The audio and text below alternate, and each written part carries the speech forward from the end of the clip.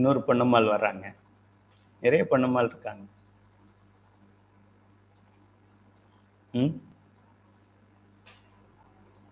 பொன்னம்மாள் ஜவஹர், பொன்னம்மாள் விசாலம். திருச்சிற்றம்பலம். தென்னாடுடைய சிவனே போற்றி, எந்நாட்டவர்க்கும் இறைவா போற்றி. காவாய் கனகத்தரளே போற்றி, கைலை மலையானே போற்றி போற்றி.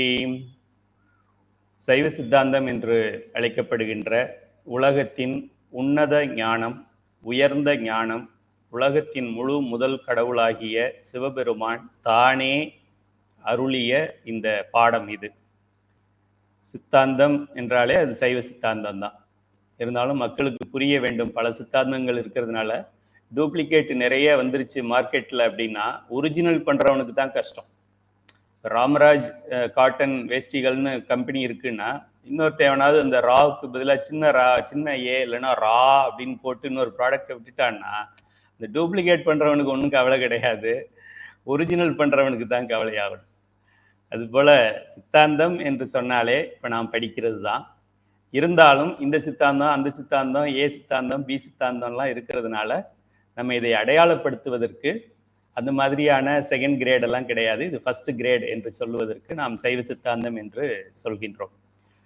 அது ஏதோ ஒரு பிம்பம்னு சொல்லுவாங்க, ஒரு மாயை, ஒரு மித்து என்று சொல்வார்கள் ஆங்கிலத்தில். மித் இல்லாத ஒன்று அப்படி சொல்லி அது அப்படித்தான் அப்படிங்கிற மாதிரி ஆயிடும். இப்போ சூரியன் கிழக்க உதிக்குது, சரிதானே? ஆமாம். மேற்க மறையுது, சரிதானே? ஓகே. சூரியன் காலையில் இங்கே இருந்துட்டு சாயங்காலம் அங்கே போகுது, அப்படிதானே? அப்படின்னா ஆமாம், அப்படிதான் சொல்லி கொடுத்துருக்காங்க. சூரியன் பூமியை சுற்றுதா, பூமி சூரியனை சுற்றுதா அப்படின்னு கேட்டால் தான் நமக்கு உண்மை விளங்கும். சூரியன் எங்கேயும் உதிக்கிறதும் இல்லை, மறைகிறதும் இல்லை. பூமி அதை சுற்றிக்கிறதுனால அப்படி தெரியுது. ஆக உதிச்சது மறைஞ்சதெல்லாம் பூமி தானே தவிர சூரியன் கிடையாது. ஒரு எளிமையான சயின்ஸ் இது. ஆனால் இது நமக்கு தெரியாது. ஏன்னா நமக்கு சொல்லி கொடுத்ததெல்லாம் சூரியன் உதிக்கும், அப்படியே மேலே போகும், அப்படியே இது நிலையானது, அது சுற்றுவதுங்கிற மாதிரி சொல்லி கொடுத்துருக்குறாங்க. இன்னைக்கு திடீர்னு வகுப்பில் ஐயா சொல்கிறாரு அது மாயை, சூரியன் உதிக்கிறது மறைகிறது கிடையாது, பூமி அதுக்கு ஏற்ற மாதிரி சுற்றுது, சூரியன் அப்படியே தான் இருக்கு. இதை விளக்குவது தான் இந்த ஒளியாகிய சைவ சித்தாந்த ஞானம். அப்படிப்பட்ட ஒரு உயர்ந்த ஞானத்தை நாம் எளிமைப்படுத்தி ரொம்ப ரொம்ப ரொம்ப ரொம்ப ரொம்ப ரொம்ப ரொம்ப ரொம்ப ஈஸியாக கொடுத்துருக்குறோம். ஒரு கை குழந்தைக்கு ஒரு தாய் பால் கொடுக்கறதோ, உணவு கொடுக்கறதோ, இல்லை ஏதோ ஒன்று உணவு கொடுக்குறாங்க அப்படின்னா அது ரொம்ப கஞ்சி வச்சு அதையும் நல்லா கொலைய வடித்து அதை கையால் பிசைஞ்சு அதுக்கப்புறம் மிக்சியில் போட்டு அதில் இருக்கிற இதெல்லாம் ஃபில்டர் பண்ணி அப்படி கொடுப்பாங்க. அதுபோல் நாம் இதை அமைத்திருக்கின்றோம். இது கூட புரியலைன்னா எதுவுமே புரியாது என்று சொல்லலாம். அந்த அளவுக்கு இது அமைக்கப்பட்டிருக்கின்றது இறைவன் திருவருளாலும் குருவருளாலும். என்னுடைய ஆசிரியர்கள் ஐயா சைவ சித்தாந்த திருவாவடுதுறை ஆதீன சைவ சித்தாந்த வகுப்பின் இயக்குனர் ஐயா கந்தசாமி ஐயாவின் மாணவன் நான். பல வகுப்புகளை நான் அட்டன் பண்ணது கிடையாது. போல ஐயா பவானி தியாகராசன் ஐயாவின் மாணவன். அவரிடமும் பல வகுப்புகளை நான் ஒழுங்காக வகுப்புக்கு போவதில்லை. அதுதான் நம்முடைய குறை, போக முடிவதில்லை. இருந்தாலும் அவர்கள் நிறைய சொல்லி கொடுத்தாங்க. அதில் நான் கொஞ்சம்தான் புரிஞ்சுக்கிட்டேன். அதிலிருந்து கொஞ்சத்தை உங்களுக்கு நான் எடுத்து சொல்லுகின்றேன். இந்த பாடத்திட்டம் 15 அலகுகள் கொண்டது. 15 வகுப்புகள் நடக்கும். இன்று முதலாவது வகுப்பு என்பதால் முதலாவது அலகு, அதாவது சாப்டர் அப்படின்னு வச்சுக்கலாம். நம்ம ஃபர்ஸ்ட் சாப்டர். தமிழில் சொன்னால் புரியாது நமக்கு. அழகுன்னா என்னன்னு தெரியாது. சாப்டர்னா ஓகே, அது புரியுது. ஏன்னா நம்ம பிறந்ததெல்லாம் பிரிட்டிஷ் தானே. ஆக சாப்டர் 1 அப்படிங்கிறத இந்த வகுப்பில் பார்ப்போம். சாப்டர் 2 அடுத்த வகுப்பில் பார்ப்போம். அடுத்தது சாப்டர் 3 அடுத்ததில் பார்ப்போம். அந்த அளவிலே அலகு 1ல் என்னென்ன கொடுக்கப்பட்டிருக்கு அப்படிங்கிறத பார்ப்போம். இந்த சைவ சித்தாந்தம் என்கின்ற இந்த படிப்பு உயிர் சம்பந்தப்பட்ட படிப்பு. எழுதிக்கங்க. மற்ற படிப்பெல்லாம் physics, chemistry, biology, MBBS, MD, MTech, MA, MSc, BCom அது போன்ற படிப்புகள் எல்லாம் உடலுக்கான படிப்பு. ரொம்ப நார்மலாக சொல்லணும்னா வயிற்று பொழப்புக்காக படிக்கிறது. பிழைக்க வேண்டும், உண்ண உணவு வேண்டும், உடுக்க உடை வேண்டும், இருக்க இடம் வேண்டும், நான் தான்னு சொல்லிக்கிறதுக்கு ஏதாவது ஒரு பட்டம் வேணும், இல்லைன்னா ஒரு கொஞ்சம் பணம் வேணும், இல்லைன்னா ஒரு பதவி வேணும். இதுக்காக மட்டும் படிக்கிறது தான் நம்மளுடைய அத்துணை படிப்புகளும். ப்ரீகேஜிலேருந்து ஆரம்பித்து கடைசி முனைவர் வரைக்கும், முனைவர், டபுள் முனைவர், ஃபெல்லோஷிப் நீங்கள் எங்கே போனாலும் எல்லாமே இந்த வயிற்று பழப்புக்காகவும் நான் எனது அப்படிங்கிறத காமிக்கிறதுக்காகவும் தானே தவிர வேற எந்த வகையிலும் இது பயன் தராது. அதனால அதை உடல் படிப்பு, இல்லைன்னா சத படிப்பு, இல்லைன்னா சோத் படிப்பு, இல்லைன்னா பொழப்பு படிப்பு என்று வைத்துக்கொள்ளலாம். இந்த பாடம் தான் உயிர் படிப்பு. அத்தியாவசியமானதை பற்றி படிக்கிறோம். உயிர் படிப்பு இந்த வாழ்க்கையின் படிப்பு.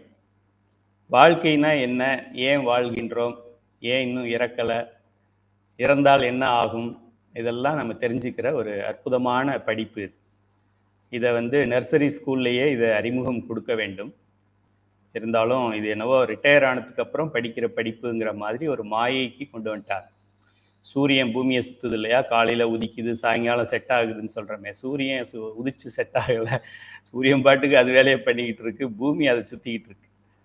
அதுபோல் இது முதிர்ந்தவர்கள் படிப்பு, சீனியர் சிட்டிசன் படிப்பு என்று வைத்திருக்கிறார்கள். இது டீனேஜர்ஸ் படிப்பு, சில்ட்ரன்ஸ் ஸ்கூல் படிப்பு. இது அங்கேருந்தே இதை படிக்க வைக்க வேண்டும். நீங்கள் இதை படிச்சிங்கனாலே தெரியும் இது ரொம்ப எளிமையான படிப்பு தான் சொல்லி. ஆக இந்த சைவ சித்தாந்த சுடர் என்று நாம் அமைத்திருக்கிறது, சைவ சித்தாந்த சுடர் = வாழ்க்கை கல்வி, உயிர் கல்வி, பிறந்ததன் நோக்கத்தின் கல்வி. மற்ற கல்விகள் எல்லாம் உடல் கல்வி, வயிற்று பிழைப்பு கல்வி, நான் எனது என்பதை காட்டுவதற்கான கல்வி. இந்த கல்வி நான் எனது என்பதை போக்குவதற்கான கல்வி. அதனால இது நிறைய பேருக்கு பிடிக்கிறது இல்லை. சரி, பாடம் நிறைய இருக்கிறதுனால நேரடியாக பாடத்திற்கு செல்வோம். நேரம் இருந்தால் நாம் பின்னே பொது கருத்துக்களை நாம் பேசலாம். இந்த ஒரு லைனாக நான் படித்து ஆன்சர் எக்ஸ்பிளைன் பண்ணிக்கிட்டு வரேன். ஏதாவது சந்தேகம் அப்படின்னாக்க அப்புறமா, சந்தேகம் என்றால் வகுப்பு முடிந்தவுடனே நீங்கள் பதிவிடலாம், கேட்கலாம். நான் சொல்கின்ற சில எக்ஸாம்பிள்ஸ் இப்போ நான் சொல்கிறேன் இல்லையா, இது வாழ்க்கை கல்வி என்று, இது பாடத்தில் கிடையாது. அதனால அதுபோல் முக்கியமான நோட்ஸ் எல்லாம் நீங்கள் எடுத்துக்க வேண்டியது இருக்கும். அதுக்கு தான் வகுப்பு அட்டன் பண்ணுறது. இல்லைனா இது நீங்களே வீட்டில் உட்காந்து படிச்சுக்கலாமே. வகுப்பு அட்டன் பண்ணுறதோடைய நோக்கம் இது வாழ்க்கையில் எங்கே வருகிறது அப்படிங்கிறத விரிவாக சொல்லுகின்றோம். அதனால இந்த வகுப்பில் நோட்ஸ் நிறைய எடுக்கணும், பேனாவோட உட்காரணும், பிரிண்ட் அவுட்டோட உட்காரணும். அப்போ தான் இதை பயனுள்ளதாக செய்ய முடியும். சரி, அழகு 1. இறைவனை பூசித்தல் மட்டும் பூசை என்று, பேரறிவை தந்து சிவத்தை காட்டிடும் ஞான நூல்களை ஓதுதலும் பூசனையோடு ஒக்கும் என்று சிவஞான சித்தியார் சொல்கிறது. இப்போ சிவஞானம் தெரியணும், அப்புறம் சித்தி யாருன்னு தெரியணும். அம்மா தெரிஞ்சாதானே சித்தியை தெரியறது. அம்மாவே தெரியாம சித்தியை எப்படி தெரிஞ்சுக்கிறது? ஆக சிவஞான சித்தியார், அருள்நந்தி சிவாச்சாரியார் அருளிய சிவஞான சித்தியாரில் இப்படி ஒரு பாடல் வருகிறது. இந்த பாடலை நீங்கள் எல்லாரும் மெமரைஸ் பண்ணிக்கணும். இல்லைன்னா நம்ம வாழ்க்கையை இந்த பாடலுக்காக அர்ப்பணிச்சிடணும். நானும் ஏதாவது இதுக்கு அர்ப்பணிக்கலான்னு பார்க்குறேன். இன்னும் கரையிலே நின்று பார்த்துக்கிட்டு இருக்கேன். ஸ்விம்மிங் பூலில் மேலேயே நின்றுக்கிட்டு சில்லுன்னு இருக்கா, கூலாக இருக்கா, நீச்சல் வருமா வராதான்னு பார்த்துக்கிட்டே இருக்கேன். இது உள்ளே நம்ம அர்ப்பணிச்சிட்டோம் அப்படின்னா மீதியெல்லாம் இறைவன் பொறுப்பாயிடும். என்னென்னன்றதை ரொம்ப சிம்பிளாகவும் ரொம்ப அருமையாகவும் சொல்லியிருக்காரு பாருங்க. ஞான நூல் தனை ஓதல். ஞான நூல்களை படிக்க வேண்டும். ஞானம் என்றால் இறை ஞானம் இல்லையா, உயிருக்கான ஞானம். இப்போது மங்கையர் மலர் படித்தா என்ன, ஒன்றும் தவறு இல்லையா? உயிர் பற்றி சொன்னதுன்னா படிங்க. சரிய கிரிய யோகம் பற்றி சொன்னால் படிங்க. முத்திக்கு கூட்டிகிட்டு போவோம் அப்படின்னா படிங்க. நம்ம பாவத்தை போக்கும் அப்படின்னா படிக்கலாம். புத்தகத்தோட தலைப்பு பற்றி ஒன்றும் இல்லை. ஜூனியர் விகடன் படிக்கலாமா, ரிப்போர்ட்டர் படிக்கலாமா, எதை வேணாலும் படிக்கலாம். உயிரை பற்றியும் உயிர் உய்வதை பற்றியும் அது சொன்னால் அதை நாம் படிக்கலாம். அதனால்தான் தெளிவாக சொல்லியிருக்காரு ஆசிரியர். நூல்களை படிப்பதும் அப்படின்னாக்க நம்ம போய் லைப்ரரியில் உட்காந்துக்கிட்டு கம்பராமாயணம் படிக்கிறேன், பாரதியார் படிக்கிறேன், அதெல்லாம் படிக்கலாம். உயிருக்கு என்ன வேணும் அதை படிக்கணும். உயிருக்கு என்ன வேணும்? ஞானம் பெற வேண்டும். அதனால ஞான நூல்தனை ஓதல் எல்லா நூல்களையும் ஓதல் அப்படின்னு போடல ஆசிரியர். படிப்புனா இதான் படிப்பு, மற்றதெல்லாம் வெடிப்பு. ஞான நூல்களை ஓதல், ஓதுவித்தல், மற்றவர்களுக்கு இதை செய்யறதுக்கான பணியை நாம் செய்தல். நற்பொருளை கேட்பித்தல், அதுல என்ன பொருள் இருக்கு, சொல்லிய பாட்டின் பொருள் உணர்ந்து சொல்லுவார் அப்படிங்கிற மாதிரி. இது என்ன சொல்லுது இந்த நூல்? நிறைய பேருக்கு திருக்குறள் தெரியும், திருக்குறளுக்கு பொருள் தெரியாது.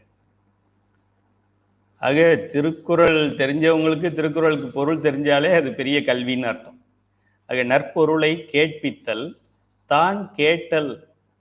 எல்லாருக்கும் முடிஞ்சிச்சுன்னு கிடையாது. ஐயா கந்தசாமி ஐயா இருக்காங்க, அவங்க தான் இயக்குனர். சைவ சித்தாந்தத்துக்கு அவங்க தான் இயக்குனர். திருவாவடுதுறை ஆதீனம் கைலாய பரம்பரைக்கு அவங்க தான் இயக்குனராக இருந்தாலும் கற்றது கைமண்ணளவு, கல்லாதது உலகளவு. ஐயாவும் ஒரு மாணவர் தான், தினந்தோறும் படிப்பாங்க. ஒன்று பாடம் நடத்துவாங்க, இல்லைன்னா படிப்பாங்க. இந்த வயதிலே இது கூட நான் ஒரு ப்ரெஸ்ஸுக்கு ஃபோன் பண்ணி எனக்கு ஒரு 150 நூல்கள் வேணும்னு கேட்டேன். அவங்க ஐயா 10 நூல் கேட்டிருக்காரு அப்படின்னு சொன்னாங்க. நான் ஆர்டர் பண்ணுற இடத்துல என்னுடைய குருநாதரும் நூல் வேணும்னு புக் பண்ணுறாரு. ஆக தொடர்ந்து இதை சிந்தித்தல், நற்பொருளை கேட்பித்தல், தான் கேட்டல், நன்றாக ஈனமில்லா பொருளதனை சிந்தித்தல். பொருளை சிந்திக்க வேண்டும். திருவாசக முற்றோதல் பண்ணுற மாதிரி நானும் பாடினேன், நான் சத்தமாக பாடினேன், எனக்கு 27 கொடுங்க, நீ 12 கொடுங்க. முதல்ல 5 வரைக்கும் யாருக்கும் வேண்டாம். 6க்கு அப்புறம் கொஞ்சம் போட்டி ஆரம்பிக்கும். 12க்கு அப்புறம் பெரிய போட்டி ஆகிடும். 30 ஆரம்பிச்சிருச்சுன்னா பெரிய போட்டி ஆகிடும். எனக்கு கொடுக்கல, உனக்கு கொடுக்கல, கோச்சிக்கிட்டு பாதியில் போகிறவங்களாம் இருக்காங்க. காலையிலேருந்து உட்காந்துருக்கேன், ஒரு பாட்டு கூட கொடுக்கல. ஆக பொருள் அதனை சிந்தித்தல், சொல்லிய பாட்டின் பொருள் உணர்ந்து சொல்லுவார் செல்வர். அந்த பாட்டையும் படிச்சுட்டு அப்புறமா பொருள் உணராமலே படிச்சுட்டு போகிறோம் அப்படின்னாக்க நம்ம கண்ணிருந்தும் குருடன், காதிருந்தும் செவிடன் என்று அர்த்தம். இந்த 5ம் அண்டர்லைன் பண்ணிக்கங்க, ரொம்ப ரொம்ப முக்கியமானது இது. இவ்வளோ எளிமையாக எந்த ஒரு சமயத்திலும் சொல்ல மாட்டார்கள். இந்த 5ம் இறைவன் அடி அடைவிக்கும் எழில் ஞான பூசை. அவ்வளோதான். எல்லாரும் வாழ்க்கையும் இன்னும் ஒரு 1000 பிறவிகள் நாம் எடுத்தாலும் அதில் என்ன செய்ய வேண்டும் அப்படிங்கிறத இங்கே சொல்லிட்டார் அருள்நந்தி சிவாச்சாரியார். அண்டர்லைன் பண்ணிக்கங்க. ஞான நூல் ஒன்று ஓதல், ஒன்று ஓதுவித்தல், இன்னொன்று கேட்பித்தல், தான் கேட்டல், அப்புறம் பொருளை சிந்தித்தல். இது 5 மட்டும் பண்ணினா போகிறோம். கோயில் கட்ட வேண்டாம், அன்னதானம் பண்ண வேண்டாம், முற்றோதல் பண்ண வேண்டாம். இது மட்டும் பண்ணினா என்ன வருமா? இறைவன் அடி அடைவிக்கும். இறைவன் அடி என்றால் சித்தாந்தம் நீங்கள் படிக்க படிக்க தெரியும். இறைவன் அடினா இந்த நூலில் கடைசி சாப்டரில் கடைசி பேஜில் வரக்கூடிய என்ன சொல்கிறது, அதை சாயுச்சியம் என்று சொல்லக்கூடிய உயர்ந்த நிலை, முத்தியின் உயர்ந்த நிலை. முத்தியே உயர்ந்தது, அதுலேயே first class, second class, third class, fourth கிளாஸ்ன்னு இருக்குது முத்திக்குள்ளேயே. அதில் பெரிய டாப் கிளாஸ் என்னவோ அந்த கிளாஸுக்கு இது கூட்டிகிட்டு போகுமா. இறைவன் அடி அடைவிக்கும் எழில் ஞான பூசை. பாலபிஷேகம், பஞ்சாமிர்த அபிஷேகம் அந்த பூசையெல்லாம் இல்லை, இது ஞான பூசை என்று சிவஞான சித்தியார், சிவஞான சித்தியாரின் ஆசிரியர், நம்ம பின்னாடி படிக்க போகிறோம், அருள்நந்தி சிவாச்சாரியார். அவருடைய சிவஞான சித்தியாரில் 2 பாகம் இருக்குது. அதில் பாடல் 275 இதை சொல்லியிருக்கிறார். இங்ஙனம் கற்றல் கேட்டல் உடையோராகி ஞான நூல்களை ஓதும் வேள்வியில் ஈடுபட்டால் பொறி புலன்களின் முக்குணம் மாறும். பொறி புலன்கள் என்று நாம் சொல்லுவது இந்த 5 புலன்கள், கண்ணு, காது, மூக்கு, நாக்கு. இந்த 5 புலன்களின் முக்குணம் மாறும். குணங்கள் ராஜச குணம், தாமச குணம் எல்லாம் இருக்குது, பின்னாடி நம்ம படிப்போம். இது இன்ட்ரடக்ஷனுங்கிறதுனால நம்ம மேலோட்டமாக பார்த்துட்டு போவோம். சைவ நன்னெறியினை எளிமையாகவும் தெளிவாகவும் பாமர மக்களுக்கும் கொண்டு சேர்க்க. ஒன்லி இப்போ காலேஜ் படித்தவங்க தான் படிக்கணும் அப்படின்னு கிடையாது. இந்த சைவ சித்தாந்த சுடர் 100 வயசுலையும் படிக்கிறாங்க. 3 ஸ்டாண்டர்ட் அப்படின்னா என்ன, 8 வயது இருக்கும். 8 வயது மாணவர்கள் மாணவிகள் எல்லாம் படிக்கிறாங்க, படித்து பாஸ் பண்ணிட்டாங்க, பட்டம் வாங்கிட்டாங்க. சைவ நன்னெறியினை எளிமையாகவும் தெளிவாகவும் பாமர மக்களுக்கும் கொண்டு சேர்க்க எண்ணிய எண்ணத்தின் வெளிப்பாடுதான் இந்த சைவ சித்தாந்த சுடர் என்னும் இந்த பாடத்திட்டம். யாம் பெற்ற இன்பம் பெருக இவ்வையகம் அப்படிங்கிறது ஒன்று, யாம் பெற்ற துன்பம் பெறக்கூடாது இந்த வையகம். அந்த வகையிலே தான் இந்த சைவ சித்தாந்த சுடரை அமைத்திருக்கிறோம். ஃபோன் பண்ணி கேட்பேன், இன்னைக்கு என்ன வகுப்பில் நடத்துகிறாங்க ஐயா கேட்பேன். அதே தான் பதி பசு பாசம்தான். சரி, அதில் என்ன என்ன நடத்திக்கிட்டு இருக்காங்க? அதான் அந்த தத்துவம் நடத்திக்கிட்டு இருக்காங்க. காலம், நியதி, கலை, வித்தியா, அராகம், புருடன் கிட்ட வந்துட்டாங்க. சரி, அடுத்த மாதம் வர்றேன் வகுப்புக்குன்னு சொல்லிட்டோம். அப்படி வேற யாரும் கஷ்டப்படக்கூடாது. இது ஒரு என்ன சொல்றது, மானை பார்த்து முயலை பார்த்து இது பெரிய சிங்கம், இது திமிங்கிலம்னு பயந்து ஓடிடக்கூடாதுங்கிறதுனால தான் இதை எளிமைப்படுத்தி கொடுத்துருக்குறோம். பேரறிவாயும் பேரின்பமாயும் நிற்கும் பரம்பொருளை பாராது. பேரறிவு பேரின்பம் அப்படின்னா என்ன அர்த்தம்? சச்சிதானந்தம் என்று அர்த்தம். எழுதிக்கங்க, சச்சிதானந்தம்னு சொல்றோம். அதை விரித்தால் சத்து சித்து ஆனந்தம். சத்து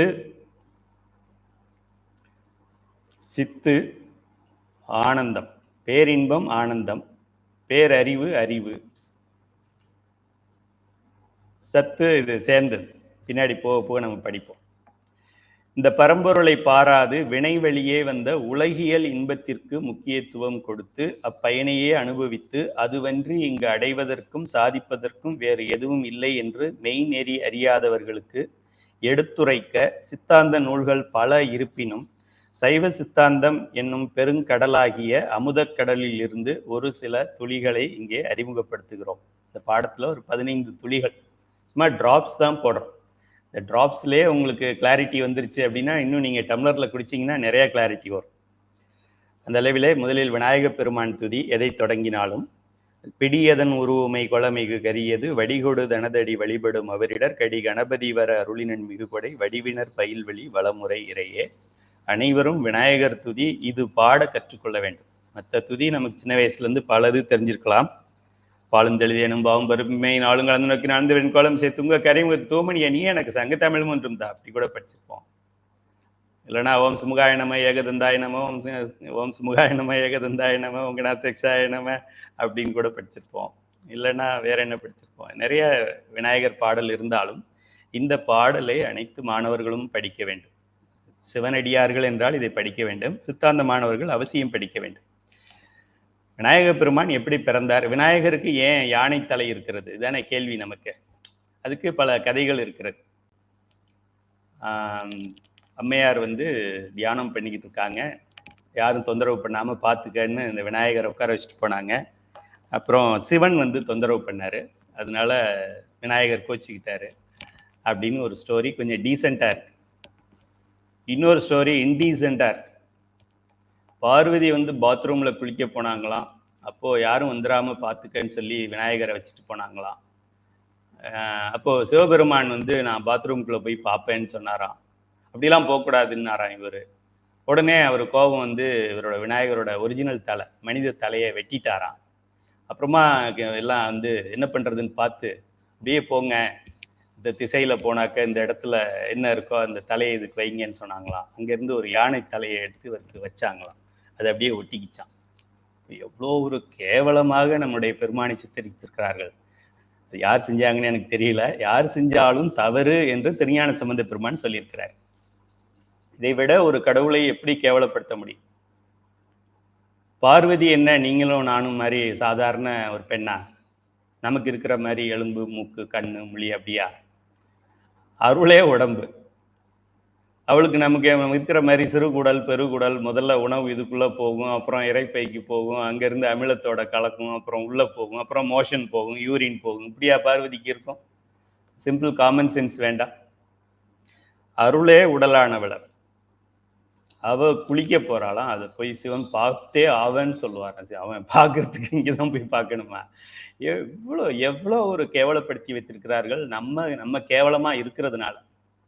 நம்ம எல்லாருக்கும் பஞ்சபுராணம் தெரியும், சைவ சித்தாந்தம் தெரியும்னா வேற யாரும் இந்த மாதிரி கதையை இப்ப இல்லை, இனிமேலும் எழுத முடியாது.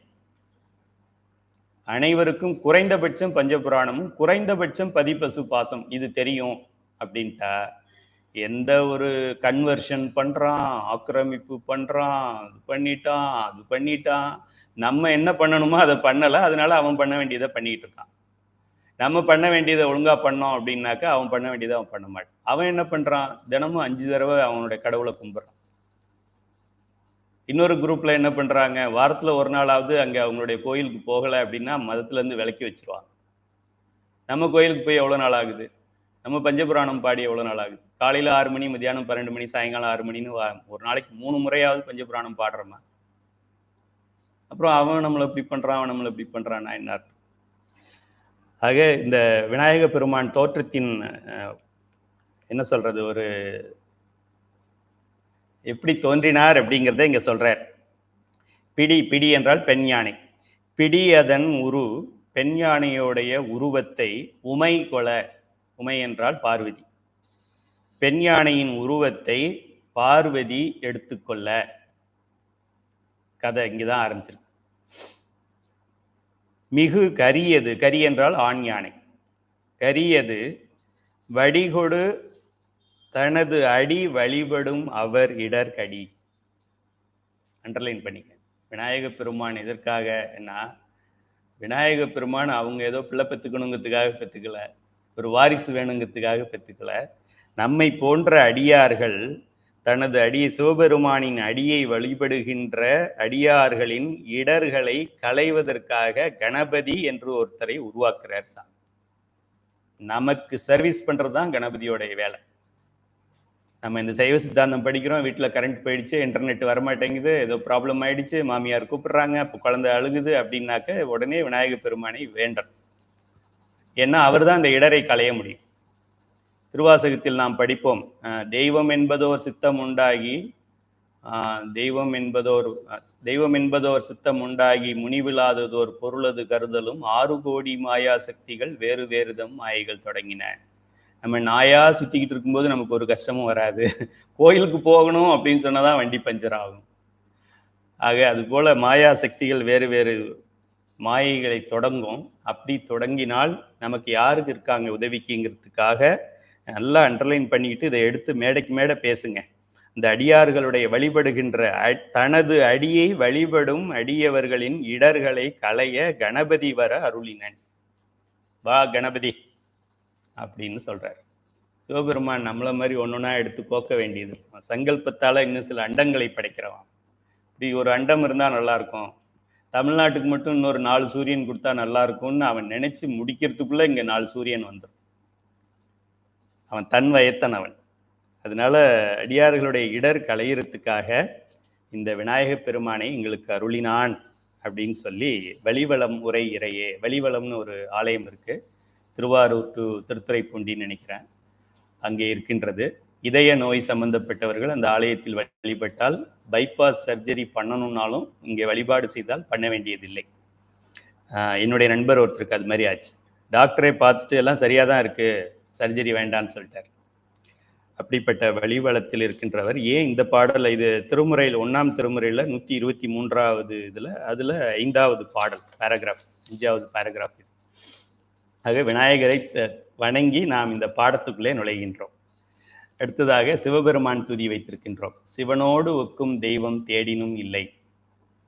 சிவனுக்கு சமமாவே யாரும் இல்லை. சிவனோடு ஒக்கும்னா என்ன, அவனுக்கு ஈக்குவல், பேர்னு சொல்லுவாங்க.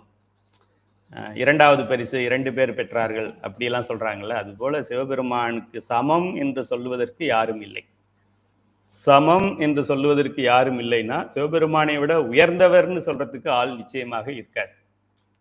அதான் சிவனோடு ஒக்கும் தெய்வம் தேடினும் இல்லை, அவனோடு ஒப்பார் இங்கு யாவரும் இல்லை, புவனம் கடந்து அன்று பொன்னொழி மின்னும் தவணச் சடைமுடி தாமரையானே. இது திருமந்திரத்தின் பாடலே, சிவபெருமானுடைய துதியாக நாம் அமைத்திருக்கின்றோம். சிவபெருமான் இந்த உயிர்களை உய்விக்க வேண்டும் என்பதற்காக, உயிர்களுக்கு தன்னுடைய சச்சிதானந்தத்தை கொடுக்க வேண்டும் என்பதற்காக இந்த ஞானத்தை நமக்கு வழங்க முடிவு பண்ணார். உயிர்களுக்கெல்லாம் கொடுக்கணும் அப்படின்னு நினைச்சார். அவரோட கூட இருக்கிறது யார், நந்தியம்பெருமான் தான் இருப்பார். நந்தியம்பெருமானை கூப்பிட்டு, இந்த நந்தி, முக்கியமான விஷயம் நான் உனக்கு சொல்கிறேன், இதை பத்திரமா கீழே போய் எல்லாருக்கும் சொல்லிட்டு வா. கந்தரவக்கோட்டையாக இருந்தாலும் சரி, கரம்பக்குடியாக இருந்தாலும் சரி, தென்னாடுடைய சிவனாக இருந்தாலும் சரி, எந்நாடாக இருந்தாலும் சரி, எல்லாருக்கும் போய் சொல்லிட்டு வா என்று நந்தி தேவருக்கு முதலில் சிவபெருமான் இந்த ஞானத்தை கொடுக்கிறார். அங்கணன் கைலை காக்கும் அகம்படி தொழின்மை பூண்டு நம் குரு மரபிக்கெல்லாம் முதற்குரு நாதனாகி பங்கயம் துளவம் நாரும் வெத்திரப்படை பொறுத்த செங்கை எம்பெருமான் நந்தி சிரடி கமலம் போற்றி. நந்தியம்பெருமானின் திருவடியை நாம் வணங்குகின்றோம். இவர் எப்படிப்பட்ட நந்தியம்பெருமான் அப்படின்னா சாதாரண ஆள் கிடையாது. இவர் யாரு? பங்கயம் துளவம் நாரும் வேத்திரப்படை.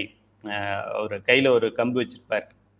ஸ்கூல் சின்ன சின்ன வயதுல ஸ்கூல்ல எல்லாம் டீச்சர் எப்போதுமே கம்போட இருப்பாங்க. முன்னால் நம்ம படிக்கும்போது இப்போல்லாம் டீச்சர் கம்போட இருக்கிறத பையனே ஒரு போட்டோ எடுத்து அவனே சோசியல் மீடியாவில் போட்டான்னா சாயங்காலமே டீச்சர் டெர்மினேட் பண்ணிடுவான். நம்மளாம் அடி வாங்கினதுனால தான் நல்லா இருக்கும். இங்கே அடி வாங்கியிருக்கிறோம், இங்கே நீச்சி அடி வாங்கியிருக்கிறோம், இங்கே அடி வாங்கியிருக்கிறோம், இங்கே அடி வாங்கியிருக்கோம், இங்கே அடி வாங்கியிருக்கோம், பின்னாடி அடி வாங்கியிருக்கோம். எங்கள் டிராயிங் மாஸ்டர் டிராயிங் சரியாக வரையலைன்னா லாடம் கட்டுறதுன்னு பேர். முழங்கால் பட சொல்லிட்டு பின்னாடி அடிப்பார் பாதத்தில். மாட்டுக்கு லாடம் கட்டுறது மாதிரி எங்களுக்கு கட்டுவார். அதனால அவர் இப்போ தெய்வமாக இருக்கார். இப்போ டீச்சர் ஏதாவது பையனை கோபமாக பேசிட்டாலே கோர்ட்டுக்கு போயிடுவான். ஆக கைலை மலைக்கு சென்றால் சிவபெருமானை யார் பார்க்க வேண்டும் என்றாலும் சுந்தரமூர்த்தி சுவாமிகளாக இருந்தாலும் நந்தியம்பெருமானை தாண்டித்தான் சிவபெருமானை பார்க்க வேண்டும். ஆக அங்கே இருக்கிறவர் கையில் கம்பு வச்சுக்கிட்டு இருப்பார்.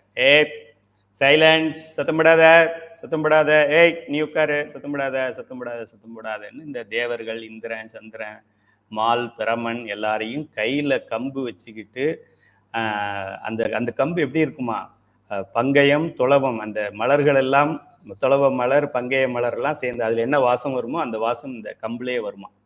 அப்படிப்பட்ட கம்பை வைத்து கொண்டு இவர்கள் எல்லாம் அடக்கி வைத்திருக்கின்ற நம் குரு மரபிற்கெல்லாம் முதற் குருநாதனாகி, இப்போ நம்ம குரு மரபு கீழேருந்து போக போகிறோம், பரம்பரை மேலேருந்து கீழே கீழேருந்து மேலே போக போகிறோம். அப்போ முதல் குருநாதர் நமக்கு யாரு அப்படின்னா மனித உருவிலே அல்லது சிவபெருமானுக்கு அடுத்து, மனித உருவுன்னு சொல்லாட்டியும் சிவபெருமானுக்கு அடுத்த குருநாதர் யார் என்றால் நந்தியம்பெருமான். அவர் என்ன பண்றாரு? அங்கணனாகிய சிவபெருமானுடைய கைலை மலையை காக்கின்ற பொறுப்பை கொண்டிருக்கின்றார்.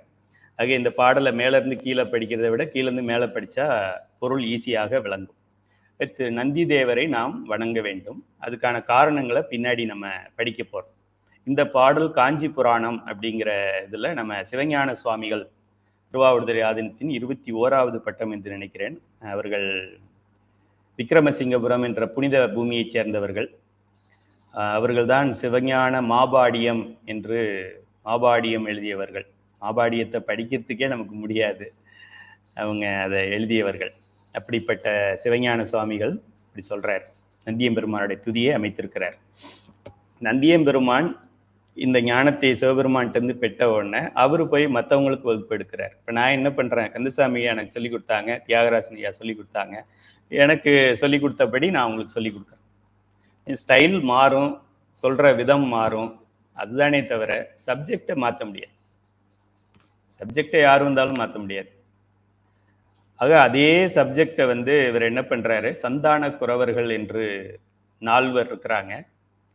அந்த 4 நந்தியம்பெருமான் மூத்தவர். அவர் என்ன பண்றாரு, சனத்குமாரர் அண்டர்லைன் பண்ணிக்கங்க. அருள் புலகன் எழில் கைலை முழுக்காவல் நந்திபிரான் அடிகள் போற்றி. நந்தியம்பெருமான் தான் நமக்கு முதல்ல இந்த உபதேசத்தை செய்கிறார். அதுக்கப்புறம் மணக்கமல சனத்குமார முனிவன், அதை அண்டர்லைன் பண்ணிக்கங்க. நந்தியம்பெருமான் சனத்குமாரருக்கு சொல்லித்தராரு. இருட்டு மலத்தகல் சத்தியஞான தரிசினி, சத்தியஞான தரிசினிக்கு அவர் சனத்குமாரர் சொல்லித்தரார். அவரோட சிஷ்யர் இவர், அடுத்த பரம்பரைன்னு வச்சுக்கலாம். சத்தியஞான தரிசினி யாருக்கு சொல்லித்தராரு? பரஞ்சோதி அப்படின்றவருக்கு சொல்லித்தரார். இந்த வார்த்தைகள்லாம் நீங்கள் அண்டர்லைன் பண்ணிக்கோங்க. நந்தியம்பெருமான்ங்கிறதுக்கு நால இருக்கு, சனத்குமாரர் சால இருக்கு, சத்தியஞான தரிசினிங்கிறது சால ஆரம்பிக்குது, பரஞ்சோதி பால ஆரம்பிக்குது. ந ச ச ப நசசப நசசப நசசப நசசப. இதுதான் நம்மளுடைய அகச்சந்தான குறவர் போற்றி மாலை. அது ஏன் அகச்சந்தானம்ங்கிறத அடுத்து நம்ம பார்ப்போம். இந்த 4 பேரும் அவருக்கு சொன்னாரு, அவர் இவருக்கு சொன்னாரு, அவர் இவருக்கு சொன்னாரு, அவர் இவருக்கு சொன்னாரு. ஓகே, இப்போ இவருக்கு சொல்றாரு, அவர் இன்னொரு 3 பேருக்கு சொல்றாரு. இந்த 4 பேரையும், முதல் 4 பேர் ஒரு செட்டு, அடுத்த 4 பேர் ஒரு செட்டு. ரெண்டாவதா இருக்கிற 4 பேர் புறச்சந்தான குறவர்கள்னு சொல்றோம். அதுல அவங்களுடைய வாழ்த்து பாடல் இது. ஈராண்டில் சிவஞானம் பெற்றுயர்ந்த மெய்கண்டார் இணைத்தாள் போற்றி. மெய்கண்டார் என்பவர் 2 ஆண்டிலேயே 2 வயது குழந்தையாக இருக்கும்போதே அந்த பரஞ்சோதி முனிவர்கிட்ட இருந்து மெய்ஞானத்தை பெறுகிறார். அதனால அவரை நம்ம வணங்குகிறோம். அவருக்கு அடுத்து நாராண்ட பல்லடியார்க்கு அருள் புரிந்த அருள்நந்தி நற்றாள் போற்றி. அருள்நந்தி சிவாச்சாரியார், சகல ஆகம பண்டிதர், அருள்நந்தி சிவம், அருணந்தி சிவம் எல்லாமே ஒருவர் தான். அருள்நந்தி நற்றாள் போற்றி. நீராண்ட கடந்தை நகர் மறைஞான சம்பந்தர் நிழல் தாள் போற்றி. கடந்தை நீர் சூழ்ந்திருக்கின்ற ஆற்று பகுதியிலே இருக்கின்ற கடந்தை நகரில் தோன்றிய மறைஞான சம்பந்தர் என்கின்றவரின் திருத்தாள் போற்றி. அதாவது இவர் அருள்நந்தி சிவத்துக்கு சிஷ்யர் மறைஞான சம்பந்தர். சீராண்ட தில்லை நகர் உமாபதியார் செம்பதும திருத்தாள் போற்றி. உமாபதியார், உமாபதி சிவாச்சாரியார், உமாபதி சிவம் எல்லாம் ஒண்ணுதான். அந்த உமாபதி சிவம் தான் தில்லைவாழ் அந்தணர்கள் என்று சொல்லக்கூடிய தில்லைவாழ் அந்தணர் தம் அடியார்க்கும் அடியேன் அப்படின்னு சொல்றமே, அது போல ஒரு பரம்பரையில ஒரு காலகட்டத்துல தில்லைவாழ் அந்தணர்கள் 3000 பேருக்கும் இவர் தலைவராக இருந்திருக்கிறார். எவ்வளவு பெரிய ஆள் பாருங்க. தில்லைவாழ் அந்தணர் தம் அடியார்க்கும் அடியேன். தில்லைவாழ் அந்தணர் யாரோ, அவங்க வீட்டு வேலைக்காரன் யாரோ அவனுக்கும் நான் அடியேன்னு சுந்தரமூர்த்தி சாமிகள் சொல்றாரு. இப்ப தில்லைவாழ் அந்தணர்கள் எவ்வளவு பெரிய ஆளா இருக்கணும். தில்லைவாழ் அந்தணர்களுக்கெல்லாம் தலைவனாக ஒருத்தர் இருக்கிறார்னா நம்மளுடைய அருள்நந்தி சிவாச்சாரியார், அவர் எவ்வளவு பெரிய ஆளா இருக்கணும். அவருக்கே ஒரு குருநாதர் இருக்காருன்னா அவரு எப்படி இருக்கணும். அவருக்கு ஒரு குருநாதர், அவருக்கு ஒரு குருநாதர், அவருக்கு ஒரு குருநாதர், அவருக்கு குருநாதர், அவருக்கு குருநாதர், அவருக்கு குருநாதர், கடைசியா நம்ம சிவபெருமான் நம்மால். ஆக இந்த புறச்சந்தான குறவர்களுக்கு துதி பாடல் கொடுத்துள்ளோம். மாணவர்கள் அதையும் நேரம் இருக்கும்போது படிக்கவும். இப்போ இந்த அருள்நந்தி சிவாச்சாரியாருக்கு பிறகு இங்கே ஆதீனங்கள் தோற்றுவிக்கப்படுகின்றன. அந்த ஆதீனத்தில் இப்போ நம்ம கொடுத்திருக்கிறது திருவாவடுதுறை ஆதீனத்தில் முதல் சன்னிதானம், குருமகா சன்னிதானம், திருவாவடுதுறை ஆதீனத்தை நிறுவிய முதல்வர் அப்படிங்கிறவர் நமச்சிவாய மூர்த்திகள் என்று பெயர். அவர் பஞ்சாக்கர தேசிகர் அப்படின்னு சொல்லுவோம். அவருக்காக ஒரு வாழ்த்து பாடல், அதுவும் சிவஞான சுவாமி தான் கொடுத்துருக்காங்க. கைலாய பரம்பரையில் சிவஞான போத நெறிகாட்டும் வெண்ணை பயில்வாய்மை மெய்கண்டான் சந்ததிக்கோர். திருவெண்ணைநல்லூரில் ஞானம் பெற்ற மெய்கண்டானின் சந்ததி. மெய்கண்டாருக்கு அப்புறம் ஒன்னொன்னா பார்த்துட்டு வந்தோம் இல்லையா, அந்த சந்ததிக்கோர் என்னவாகி மெய் ஞான பானுவாகி குயிலாரும் பொழில் திருவாவடுதுறை வாழ். திருவெண்ணைநல்லூர்ல குருநாதர், இங்கே சிஷ்யன், திருவாவடுதுறையில சிஷ்யன்.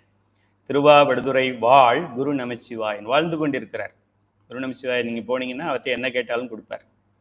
நான் ஒரு நாள் முதல் முறை போயிருக்கும்போது, சாமி ஏதோ தீக்கைன்னு சொல்றாங்க, அது என்னன்னு தெரியல, நான் தீக்கை கொடுத்ததான் இங்கேருந்து கிளம்புவேன் அப்படின்னு சும்மா நினைச்சேன். காலில் ஒருத்தர் வந்து இடிச்சிட்டார். இடிச்சவர் யாருன்னா திருமுறை வகுப்போட அமைப்பாளர். இடிச்சுட்டு தீக்கை வாங்கிட்டீங்களா, இவ்வளவு நேரம் கும்பிடுறீங்க அப்படின்னு கேட்டார். வாங்கலைங்க, அதுக்கு தான் கும்பிடுறேன்னு சொன்னேன். சரி வாங்க அடுத்த சிவராத்திரிக்கு வாங்கிடலாம் அப்படின்னு சொல்லி தீக்கை வாங்கி கொடுத்தார். தீக்கை வேண்டும் என்று படுத்தா வணங்கி எழுந்திருக்கிறதுக்குள்ளேயும் தீக்கைக்கு டேட் குறிச்சாச்சு. இவ்வளோ பெரிய குருநாதர் பாருங்க நமக்கு. நமச்சிவாய மூர்த்திகள் என்று பெயர். அவர் தான் முதல் ஆதீனம், முதல் குருநாதர் நமக்கு. இப்போ 23வது 24வது குருமகா சன்னிதானத்தில் நாம் தீக்கை பெற்றாலும் ஆக்சுவலாக தீக்கை கொடுக்கறது நமச்சிவாய மூர்த்திகள் கொடுக்கறதா தான் அர்த்தம். அப்படி அவருடைய வாழ்த்து பாடல் இப்போ எல்லாரையும் பாடியாச்சு. விநாயக பெருமானை பாடியாச்சு, சிவபெருமானை பாடியாச்சு. அதுக்கப்புறம் வேற யார் பாடணும், அகச்சந்தான் நந்தியம் பெருமான் பாடினோம். அதோடவே அகச்சந்தான குறவர்களில் அவரும் வர்றாரு. புறச்சந்தான குறவர் பாடினோம். நமச்சிவாய மூர்த்திகளுடைய வாழ்த்து பாடல் பாடியிருக்கோம். அந்த கைலாய பரம்பரை அப்படின்னா என்னங்கிறத பார்ப்போம். சைவ சித்தாந்தம் என்னும் உன்னதமான ஞானத்தை நமக்கு அருளியது சிவமே, சிவபெருமானே அப்படின்னு எழுதிக்கங்க. சிவபெருமான் தான் கொடுத்துருக்கிறார். இப்போ நம்ம சைவ சித்தாந்தம்னு படிக்கிறோம், சைவ சித்தாந்த கிளாஸுக்கு போகிறேன், சைவ சித்தாந்தம் பேட்ச் 4ல ஜாயின் பண்ண போகிறேன், சைவ சித்தாந்தம் படிக்கலாம் அப்படின்னா என்ன அர்த்தம்? சிவபெருமான் சொன்னதை நான் படிக்க போகிறேன், சிவபெருமான் எனக்காக கொடுத்து விட்ட அந்த பார்சலை நான் போய் இப்போ டெலிவரி எடுக்க போகிறேன், சிவபெருமான் அனுப்பிச்ச மணி ஆர்டரை நான் வாங்க போகிறேன், சிவபெருமான் அனுப்பிச்ச செக்கை வந்து நான் பேங்க்ல கிரெடிட் பண்ணிக்க போகிறேன் என்று அர்த்தம். சைவ சித்தாந்தத்தை அருளியதே சிவபெருமான் தான். அவர் சொன்னதைத்தான் நம்ம படிக்கிறோம் அப்படின்னா நம்ம எவ்வளோ பெரிய ஆளுன்னு பார்க்கணும். இந்த விஷயம் தெரியாதவன் எத்தனையோ கோடி பேர் தமிழ்நாட்டிலே இருக்கான். தமிழ்நாட்டில் நம்ம ஊர்லேயே இருக்கான், நம்ம தெருவிலே இருக்கான், நம்ம வீட்டிலே கூட பாதி பேர் இருப்பாங்க. நமக்கு இறைவன் இதை உணர்த்தி இருக்கிறார். சைவ சித்தாந்தம் என்னும் உன்னதமான எண்ணும்னு வச்சுக்கோங்க, என்றும் இல்லை எண்ணும் உன்னதமான ஞானத்தை நமக்கு அருளியது சிவபெருமானே. சிவன் அருள் சமயம் சைவம் என்று சிவஞானத்தை போதித்த நம் சைவ பரம்பரை தான் கைலாய பரம்பரை. கைலாய பரம்பரையில் நம்ம சொல்றோம் அப்படின்னா கைலாய மலையிலிருந்து இங்கே வரைக்கும் நம்ம வரைக்கும் வந்திருக்கிற இந்த பரம்பரையை சொல்லுகின்றோம். அங்கே சிவபெருமான் அவருக்கு நான் சொன்ன சங்கல்பத்தில் அவர் ஒரு பணிக்கும் ஒரு விநாயகரை அப்படி படைச்சாரு, முருகப்பெருமான் அப்படி படைப்பாரு. அது போல அவர் எப்படி வேணாலும் தோன்றுவார் இந்த உயிர்களுக்காக. அவர் எதுக்காக தோன்றினார்? எதுக்கு விநாயகரை படைச்சார் நம்ம படிச்சிட்டோம் இல்லையா? பிடியதன் உருவுமை கொலமிகு கரியது வெடிகொடு தனதடி வழிபடும் அவர் இடர் கடி. தன்னுடைய அடியை வழிபடுகின்ற அடியார்களின் இடர்களை களைவதற்காகவே புதுசா ஒரு டிபார்ட்மெண்ட் உருவாக்கி அதுக்கு ஒரு மினிஸ்டரே அப்பாயிண்ட் பண்றாரு. நீ பாத்துக்கப்பா அப்படின்னு சொல்லி. அப்படிப்பட்ட கருணையாளன் நம்ம கடவுள், சாதாரண ஆள் கிடையாது. சரி, இந்த சிவஞானத்தை போதித்த நம்முடைய பரம்பரை தான் கைலாய பரம்பரை. ஸ்ரீகண்ட பரமசிவன் முதலில் சிவஞானத்தை கைலாய மலையில் திருநந்தி தேவருக்கு அருளினார். இப்போ சில நூல்களில் ஸ்ரீகண்ட பரமசிவம் இருக்கும், சில நூல்களில் சிவபெருமான் இருக்கும். நம்ம பேசும்போது சிவபெருமான் சொல்லுவோம். நம்ம சும்மா அந்த வெரைட்டியெல்லாம் அப்புறம் பார்க்க வேண்டாம். முதல்ல ஐஸ்கிரீம் இருக்கு அப்படின்னு நம்ம படிச்சுக்கிட்டா போறோம். அப்புறம் அந்த ஐஸ்கிரீம் ஸ்ட்ராபெரியா இல்லை சாக்லேட்டா பைனாப்பிளா அதெல்லாம் அப்புறம் பார்ப்போம். ஐஸ்கிரீம்ல இருந்து வருதுன்னு தெரிஞ்சுக்கலாம். அப்புறம் நமக்கு அறிவு வளர்ந்த பின்னாடி வித்தியாசங்களை பற்றி பார்க்கலாம். சிவபெருமான் ஏதோ ஒரு பேர்ல இதை அருளினார். அவர் என்ன பேரு, அந்த பேர் ஏன் எடுத்தாருங்கிற ஆராய்ச்சிக்கு அப்புறம் போவோம். ஃபண்டமெண்டல் ரிசர்ச் வேண்டாம், அப்ளைடு ரிசர்ச்சுக்கு போவோம் நம்ம. ஆக சிவபெருமான் ஸ்ரீகண்ட பரமசிவன் அந்த முதல்ல நந்தியம் தேவருடைய குருநாதரை கூப்பிட்டு, நந்தியம் பெருமானோட குருநாதரை கூப்பிட்டு, உங்களுக்கு குருநாதர் யார்? நந்தியம் பெருமானை கூப்பிட்டு உங்க குருநாதர் யாருன்னு கேட்டா சிவம்னு சொல்றதை விட அவர் என்ன சொல்லுவாரு? ஸ்ரீகண்ட பரமசிவன் அப்படின்னு சொல்லுவார். முதலில் இந்த சிவ ஞானத்தை கைலாய மலையில் திருநந்தி தேவருக்கு அருளினார். திருநந்தி தேவர் அதனை சனத்குமாரருக்கு அருளினார். சனத்குமாரர் அதை சத்தியஞான தரிசனிகளுக்கு அருளினார். சத்தியஞான தரிசனிகள் அதனை பரஞ்சோதி முனிவருக்கு அருளினார். இப்போ நம்ம என்ன பண்றோம்? நம்ம ஒரே ஒரு லைனை மட்டும் அப்படியே நமக்கு எடுத்துக்கிட்டு வரோம். இப்போ உங்க பரம்பரையை பத்தி கொஞ்சம் சொல்லுங்க அப்படின்னா, எங்க அப்பா, இப்போ நான் இருக்கேன், எங்க அப்பா ராமசாமி, அவங்க அப்பா பேரு துரைசாமி, அவங்க அப்பா பேரு வெங்கடாச்சலம், அவங்க அப்பா பேரு அப்பா இருந்தாரான்னு எனக்கு தெரியல. அவ்வளவுதான் நம்ம அறிவு. என் முப்பாட்டம் பேரே எனக்கு தெரியல. அந்த முப்பாட்டம் வாழ்நாள் ஃபுல்லா ஒழுங்கா சாப்பிடாம எனக்காக சேர்த்து வச்சுட்டு போயிருக்கான். அவன் சொத்தை நான் அனுபவிக்கிறேன், அவன் பேர் கூட எனக்கு தெரியல. அதனால நம்ம யாருக்கும் சொத்தை சேர்த்து வைக்க வேண்டாம். சரி, ஆக இந்த இப்போ நம்மளுடைய நந்தியம் பெருமான்ல இருந்து சனத்குமாரர் நம்ம படிக்கிறோம். நந்தியம் பெருமான் சனத்குமாரருக்கு மட்டும் சொல்லி தந்திருக்க மாட்டாரு, அவர் கிளாஸ்ல நிறைய பேர் இருந்திருப்பாங்க இல்லையா? அது போல அவர்கிட்ட படிச்சவர் 4 பேர் படிச்சிருக்காங்க. அதுல ஒருத்தர் சனத்குமாரர். மற்ற 3 பேரும் என்ன அப்படின்னா, நம்ம அப்பா தாத்தாவுடைய தாத்தா யாருன்னே நமக்கு தெரியாது. அவன் ஒருத்தர் கூட பிறந்தவங்க எத்தனை பேர், அவங்களெல்லாம் எந்த ஊர்ல கல்யாணம் பண்ணி கொடுத்துருக்கு, அவங்களுக்கெல்லாம் என்ன குழந்தை பிறந்திருக்கு, அவங்கள எங்க கல்யாணம் பண்ணி கொடுத்துருக்குது, இதெல்லாம் பார்த்தா நமக்கு தலை வெடிச்சு போயிடும். நமக்கு இந்த கணக்கெல்லாம் சிவபெருமான் மட்டும்தான் பார்க்க முடியும். ஆக நம்ம ரொம்ப அந்த கணக்குக்கெல்லாம் நம்ம போகலை. இதை நம்ம தெரிஞ்சுக்கிறதே பெரிய விஷயமா இருக்கு. ஸ்ரீகண்ட பரமசிவம் அல்லது சிவபெருமான், அதுக்கடுத்து நந்தியம் பெருமான், அதுக்கடுத்து சனத்குமார், அதுக்கடுத்து சத்தியஞான தரிசனம், அதுக்கடுத்து பரஞ்சோதி முனிவர், அதுக்கடுத்து மெய்கண்டார், அருள்நந்தி சிவம், மறைஞான சம்பந்தர், உமாபதி சிவாச்சாரியார். இந்த 8 பேரை நம்ம தெரிஞ்சுக்கிறதுக்கே நமக்கு கடினமாக இருக்கிறது. இதை மட்டும் தெரிஞ்சுக்கிட்டா போறோம். இப்ப என்ன பண்றோம் அப்படின்னா, சந்தான குறவர்கள் என்று சொல்லுவோம். இந்த வார்த்தை அடிக்கடி சந்தான குறவர், 4வர்னு சொல்றோம். சமய குறவர்கள், சந்தான குறவர்கள். சமய குறவர்கள் 4 பேர். அவங்க சமயத்தை நிலைநிறுத்துவதற்காக அவதாரம் எடுத்து அந்த பணியை செய்தவர்கள். திருஞான சம்பந்தர், திருநாவுக்கரசர், சுந்தரர், மாணிக்கவாசகர். இந்த சைவ சமயத்தை மற்ற சமயங்கள் இது இல்லாத அளவுக்கு இதை அழித்து கொண்டு வரும்போது, இப்படி ஒரு பெருமை வாய்ந்த ஒரு சமயம் இப்படி முடக்கப்படுகிறதே என்று இறைவன் அனுப்பியவங்க தான் இந்த 4 பேர். அவங்க தாழ்ந்து கிடந்த சமயத்தை தூக்கி நிறுத்தியதால் அவங்க சமய குறவர்கள் என்று பெயர். ர போடும்போது கேர்ஃபுல்லா போடணும், சின்ன ர போடணும். குரு அந்த ரூ சின்ன ரூ போடணும், சின்ன ர போடணும். குறவர்கள்னு அப்படி போட்டிங்கன்னாக்கா அவங்கள ஜெயிலில் போட்டுருவாங்க. அது சொன்னாலே ஜெயிலில் போட்டுருவாங்க. வன்கொடுமை சட்டத்தில் போட்டுருவாங்க.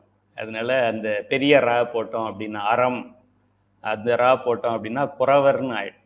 அது ஒரு கேஸ்டை குறிக்கும் தமிழ்நாட்டில். நம்ம சின்ன ரா போடணும். அதில் சந்தான குறவர்கள் இந்த 4 பேரும் அகச்சந்தானம்னு சொல்லிட்டோம். இது புறச்சந்தான குறவர் சொல்கிறோம். நமக்கு அகம்னா என்ன, புறம்னா என்னன்னு தெரியணும், சந்தானம்னா என்னன்னு தெரியணும். அதான பெயர் காரணம். ஆக சந்தானக்குறவர்கள் என்றால் சைவ சமயத்தின் அன்பு பக்தி நெறியை வளர்த்த நாயன்மார்கள் போன்று, சமயக்குறவர்கள் போன்று ஞான நெறியை வளர்த்தவர்களுக்கு சந்தானக்குறவர்கள்னு பெயர். இவங்க சமயக்குறவர்கள், இவர்கள் சந்தானக்குறவர்கள்னு பெயர். இவர்களை சைவ சமய சந்தான ஆச்சாரியர்கள் என்றும் அழைப்பது உண்டு. அது மாதிரி பேர்ல ஆச்சாரியார்னா ஆசிரியர், சொல்லிக் கொடுக்கிறவர், ஞானத்தை போதிக்கிறவர். மேலும் இவர்கள் அகச்சந்தானக்குறவர்கள், புறச்சந்தானக்குறவர்கள் என்றும் அழைக்கப்படுபவர். இவங்கெல்லாம் பார்த்தீங்கன்னா அமர்ந்த நிலையில் இருப்பாங்க, அமர்ந்த நிலையில் இருப்பார்கள்.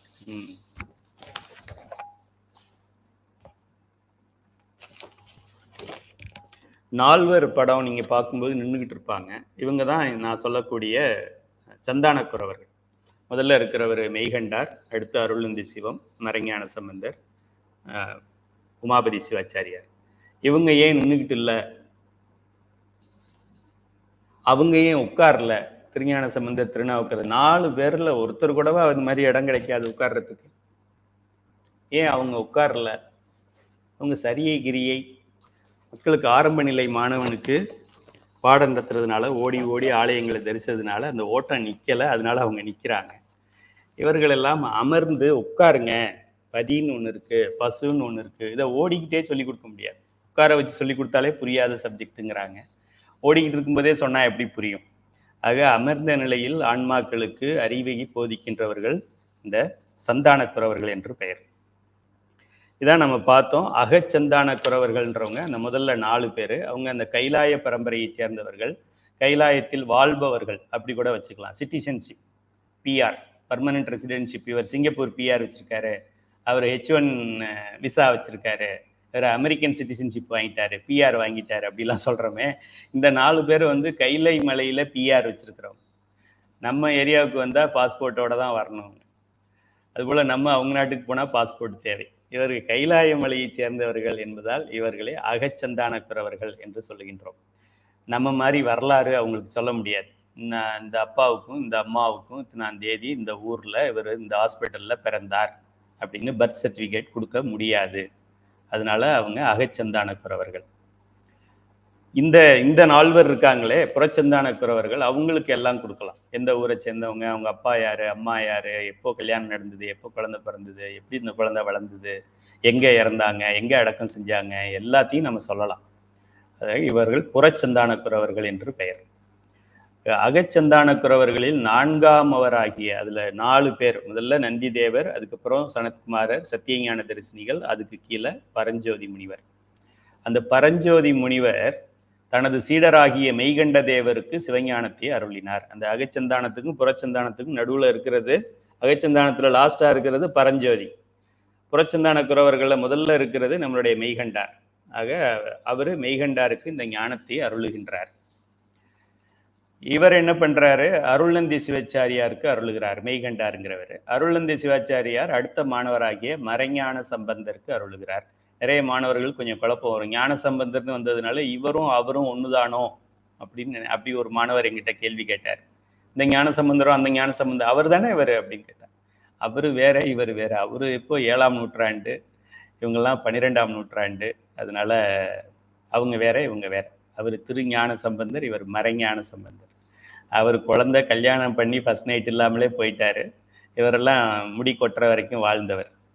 ஆக மறைஞான சம்பந்தர் வேற, திருஞான சம்பந்தர் வேற. இந்த மறைஞான சம்பந்தர் இந்த சைவ சித்தாந்த கருத்துக்களை சொல்லக்கூடிய ஆசிரியர்கள்ல 3ஆவதாக வருபவர். அவர்கிட்ட இருந்து உமாபதி சிவாச்சாரியார் அந்த ஞானத்தை பெறுகிறார். இந்த 4 பேரை தான் நம்ம புறச்சந்தானக்குறவர்கள்னு சொல்றோம். சரி, இப்போ அடுத்ததாக இந்த மெய்கண்ட சாத்திரங்கள்னு சொல்லக்கூடிய இந்த சந்தானம் நம்ம சொல்றோம் இல்லையா, இந்த சைவ சித்தாந்த நூல்கள், இந்த நூல்கள் மொத்தம் 14 நூல்கள் இருக்கின்றன.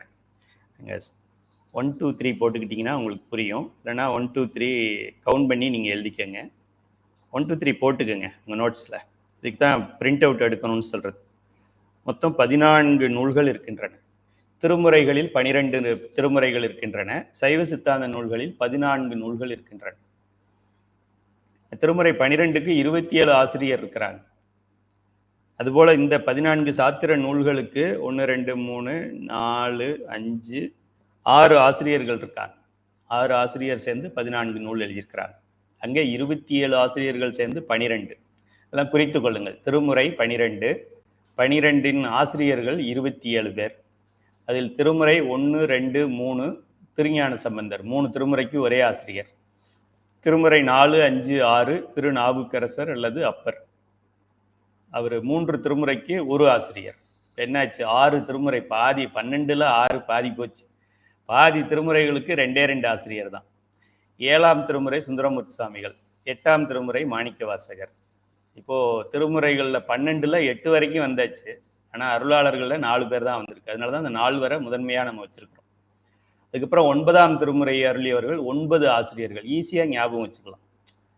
ஒரு 5 வருஷம் திருமுறை மாணவனை கூப்பிட்டு இந்த சொல்லுப்பான்னா முதல்ல சொன்னது புரியுது. இந்த 9ஆம் திருமுறையும் 11ஆம் திருமுறையும் தான் தெரிய மாட்டேங்குது சொல்வார். 9ஆம் திருமுறையை எழுதுனது 9 ஆசிரியர்கள். 9 ஆசிரியர்களுடைய தொகுப்பை, அது ஒரு தொகுப்பு. அது தனியா ஒரு ஆசிரியர் மட்டும் எழுதல. 9 ஆசிரியர், அவர் கொஞ்சம் எழுதியிருக்காரு, இவர் கொஞ்சம் எழுதியிருக்காரு, இவர் கொஞ்சம் எழுதியிருக்காரு, இதெல்லாம் சேர்த்து அம்பியாண்டார் நம்பி அவர்கள் இதெல்லாம் சேர்ந்த ஒரு தொகுப்புக்கு பெயர் 9ஆம் திருமுறை அப்படின்னு வச்சிருக்கிறாங்க. அது ஈஸியா ஞாபகம் வச்சுக்கலாம். நம்ம பாடம் எல்லாமே ஈஸியானது தான். 10ஆம் திருமுறை திருமந்திரம் திருமூலர் அருளியது, அது ஒரே ஆசிரியர். 11ஆம் திருமுறை 12 ஆசிரியர்கள் எழுதியது. 11ஆம் திருமுறை 11 ஆசிரியர்கள் பிளஸ் ஒரு சிவபெருமான். சிவபெருமானும் 2 பாட்டு எழுதியிருக்கிறார் திருமுறைகள். அவர் எழுதுனது 2ஆ இருந்தாலும் 2 தானே அப்படின்னு விட்டுற முடியாது. எழுதுனது யாரு, அதனால அதை சேர்த்திருக்கிறோம். 11ஆம் திருமுறையை எழுதியவர்கள் 11 ஆசிரியர் பிளஸ் சிவபெருமான், மொத்தம் சேர்த்து 12 ஆசிரியர்கள். 12ஆம் திருமுறை ஒரே ஒரு சேக்கிழார் பெருமான். அதுபோல இங்க மொத்தம் 14 நூல்கள் இருக்கின்றன. திரு உந்தியார் என்று ஒரு நூல், திருக்களிற்றுப்படியார் அப்படின்னு ஒரு நூல், சிவஞான போதம் என்று ஒரு நூல், சிவஞான சித்தியார் என்று ஒரு நூல், 20 உண்மை விளக்கம், சிவப்பிரகாசம், திருவருட்பயன், வினாவெண்பா, போற்றி பகரொடை, உண்மை நெறி விளக்கம், கொடிக்கவி, நெஞ்சு விடு தூது, சங்கற்ப நிராகரணம் அப்படின்னு 14 நூல்கள் இருக்கின்றன. இந்த 14 நூல்களுக்கும் தருமபுர ஆதீனத்தில் நூல் வெளியிட்டிருக்கிறாங்க. தனித்தனியாகவும் வாங்கலாம். இது ரொம்ப அப்படியே பியூர் ஒயிட்டாக இருக்கிறதுலேருந்தே தெரியுது இது நான் பயன்படுத்தவே இல்லை என்று சொல்லி. ஆக 14 நூல்களும் தனித்தனியாகவும் இருக்கின்றது. இது தொகுப்பு. இது இந்த 14 நூல்கள் எதுன்னு நமக்கு தெரியணும். இந்த ஆசிரியர்கள் நமக்கு தெரியணும். இதுல திரு உந்தியார் என்கின்ற நூலை அருளியவர் திருவியலூர் உய்யவந்த தேவநாயனார். ரொம்ப முக்கியம், அந்த பேர்ல கொஞ்சம் டிஃபரன்ஸ் இருக்கு, தெரிஞ்சுக்குங்க. திருவியலூருங்க ஊரை சேர்ந்தவர் அவர். அந்த திருவியலூர் உய்யவந்த தேவநாயனார் தான் அந்த திரு உந்தியார் அப்படிங்கிறத கொடுத்தது. திரு உந்தியார் நம்ம திருவாசகத்துல படிக்கிறோம்ல, உந்தி பர உந்தி பர உந்தி பர உந்தி பர, அந்த அது போல இதுவும் பாடல்கள் எல்லாம் உந்தியாராகவே அமைந்திருக்கும். உந்தி பர உந்தி பர அப்படி உந்தியாவே வர்றதுனால அதுக்கு திரு உந்தியார் என்று பெயர். இதை அருளியவர் திருவியலூர் உய்யவந்த தேவநாயனார். அடுத்தது திருக்களிற்றுப்படியார் அப்படிங்கிற நூலை அருளியவர் திருக்கடவூர் உய்யவந்த தேவநாயனார். ஒரே 2 எழுத்து தான் வித்தியாசம். அவர் திருவியலூர், இவர் திருக்கடவூர். திருக்கடவூருங்கிறது ஒரு ஊர், திருவியலூருங்கிறது ஒரு ஊர். இந்த ஊரை சேர்ந்த தேவநாயனார், அந்த ஊரை சேர்ந்த தேவநாயனார், இதுதான் வித்தியாசம். குழப்பம் ஆயிடக்கூடாது. 2 ஒருத்தர் தான் நினைச்சுக்க கூடாது. அவங்களுடைய காலமே வேற வேற. அதுக்கு அடுத்தது சிவஞான போதம், அது மெய்கண்டார் எழுதியது, திருவாவடுதுறை நூல். இது சிவஞான போதம் என்கின்ற நூல். இந்த நூல் தான் திருவாவடுதுறையில நமக்கு கொடுப்பாங்க. என்னுடைய வரிசை எண் 12526. இப்போ எவ்வளோன்னு தெரியல, 72,000 பேர் படிச்சிருப்பாங்கன்னு நினைக்கிறேன். நான் சீனியர் மாணவர். சிவஞான போதம் இதை அருளியவர் மெய்கண்ட தேவர். மெய்கண்டார் ஒரு நூல் தான் அருளியிருக்கிறார். அடுத்தது சிவஞான சித்தியார் என்று பெயர். எப்படி அம்மாவுக்கு சித்தி இருக்கிறாங்களோ அதுபோல சிவஞானத்துக்கு சிவஞான சித்தியார் ஒரு சித்தி நூல். அதை அருளியவர் அருள்நந்தி சிவாச்சாரியார். 20 நூலையும் அருள்நந்தி சிவாச்சாரியார். அருள்நந்தி சிவம் அருளியது 2 நூல்கள். ஒன்று சிவஞான சித்தியார், அது பெரியது, 600-700 பாடல்கள் கொண்டது. அதுல சுபக்கம் என்றும் பரபக்கம் என்றும் 2 இருக்கு. பரபக்கத்துல மறுப்பு செய்திகள், மற்ற மதங்கள் என்ன சொல்லுதுங்கிறத ஆராய்ந்து, ரொம்ப நுணுக்கம், அந்த மதத்துக்காரனுக்கே தெரியாது ஓ நம்ம மதம் இப்படி சொல்லுதான்னு சொல்லி, அந்த அளவுக்கு அதை ஆராய்ந்து அதுல வந்து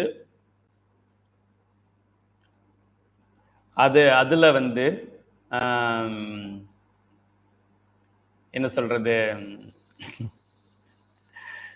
என்ன சொல்லிட்டு இருந்தேன்னு மறந்துட்டேன். ஓகே, ஞாபகம் வந்துருச்சு. அந்த சமயங்கள் எல்லாம் என்ன சொல்லுகின்றதுங்கிறத தெளிவாக ஆராய்ந்து அந்த சமயத்துல என்ன தவறு இருக்கு அப்படிங்கிறத நமக்கு எடுத்து காட்டக்கூடியவர். அப்படின்னா எவ்வளோ அறிவு இருக்கணும் பாருங்க. நம்ம சமயத்தை நம்ம படிக்கிறதே நம்ம கஷ்டமா இருக்கு. இது அடுத்த சமயத்தை படிச்சு அடுத்த சமயம் என்ன தவறு சொல்லுதுங்கிறத சொல்லி அது எது சரி அப்படிங்கிறத நிலைநாட்டி அந்த சமயத்துக்காரர்களும் அதை ஏற்றுக்கொள்கின்ற அளவுக்கு கன்வின்ஸ் பண்ற அளவுக்கு எழுதக்கூடியவர் இவர். இவருக்கு பெயர் சகல ஆகம பண்டிதர் என்று பெயர். ஆக இந்த 2 நூலை அருளியது அருள்நந்தி சிவாச்சாரியார். அதற்கு அடுத்ததாக உண்மை விளக்கம் என்ற நூலை அருளியவர் திருவதிகை மணவாசகம் கடந்தார் என்று பெயர். மாணிக்கவாசகர் வேற, மணவாசகம் கடந்தார் வேற. இவர் உண்மை விளக்கம் என்ற நூலை அருளியிருக்கிறார். அதில் தான் இந்த தத்துவங்கள் பற்றியும் சிவாய நம நமச்சிவாய அதை பற்றிய நூல் அது. இந்த உண்மை விளக்கத்தை எழுதிய மணவாசகம் கடந்தாரும் அருள்நந்தி சிவாச்சாரியார் இவங்க 2 பேருமே மெய்கண்டாருடைய மாணவர்கள். மெய்கண்டாருக்கு 49 மாணவர்கள். அந்த 49ல் வந்து இந்த அருள்நந்தி சிவாச்சாரியாரும் மணவாசகம் கடந்தாரும் 2 மாணவர்கள்.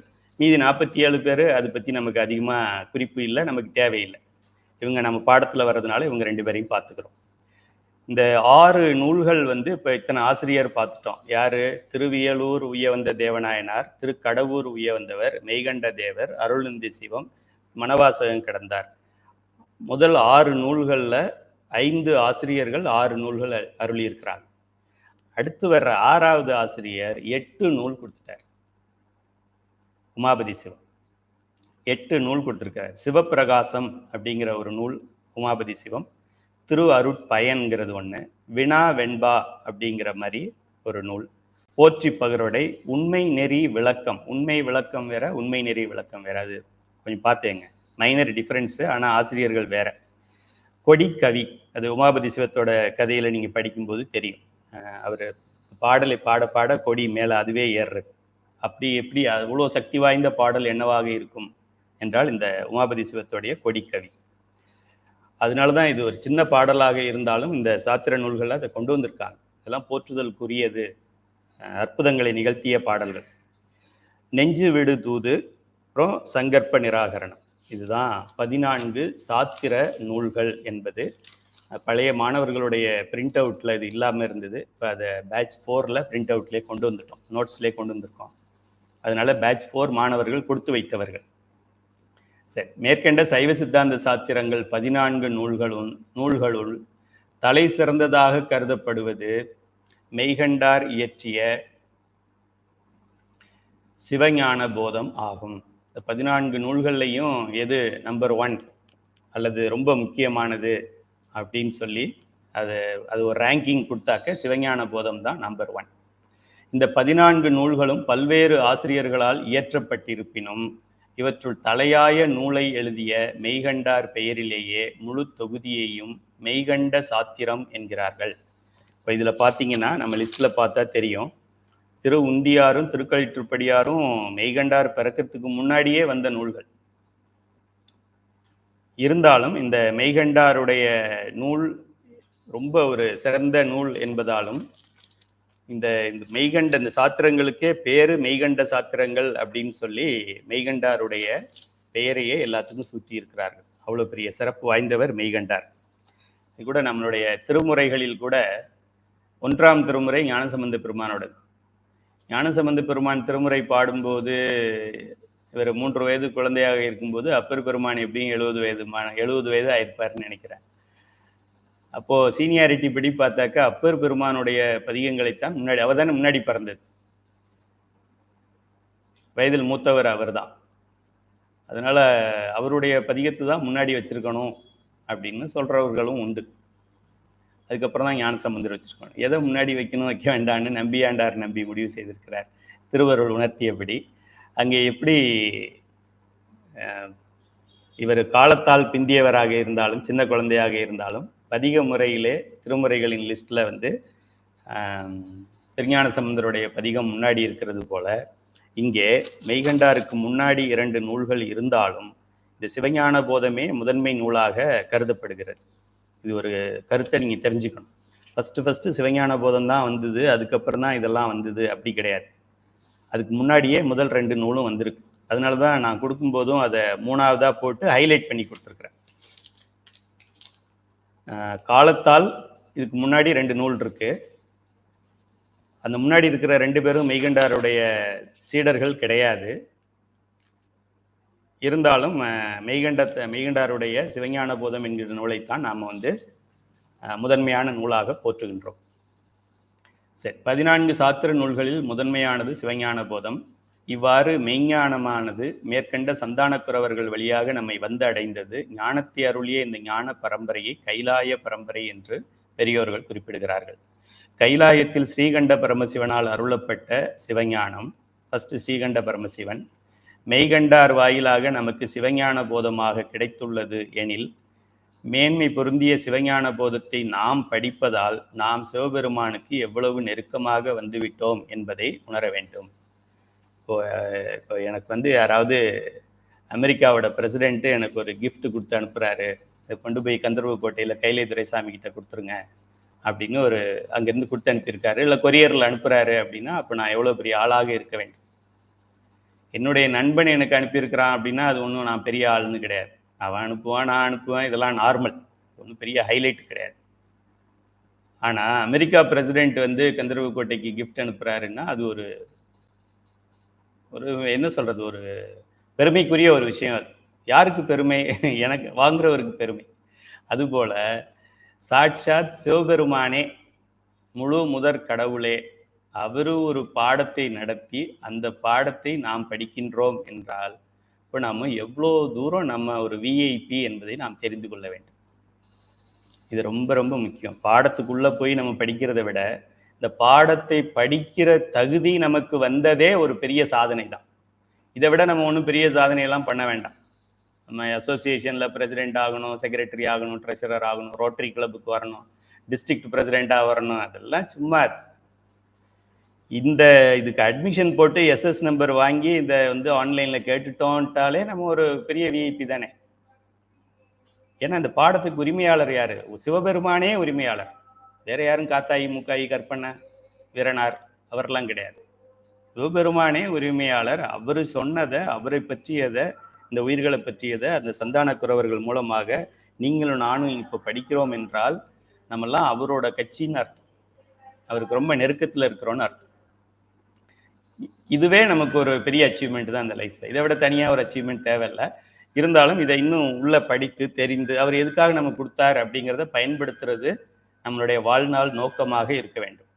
ஒரு நல்ல ஒரு கண்ணாடி பேழையை கொண்டு போய் குழந்தை கையில் கொடுத்தா அது கீழே போட்டு உடைச்சிடும். அதோட அருமை அதுக்கு தெரியாது.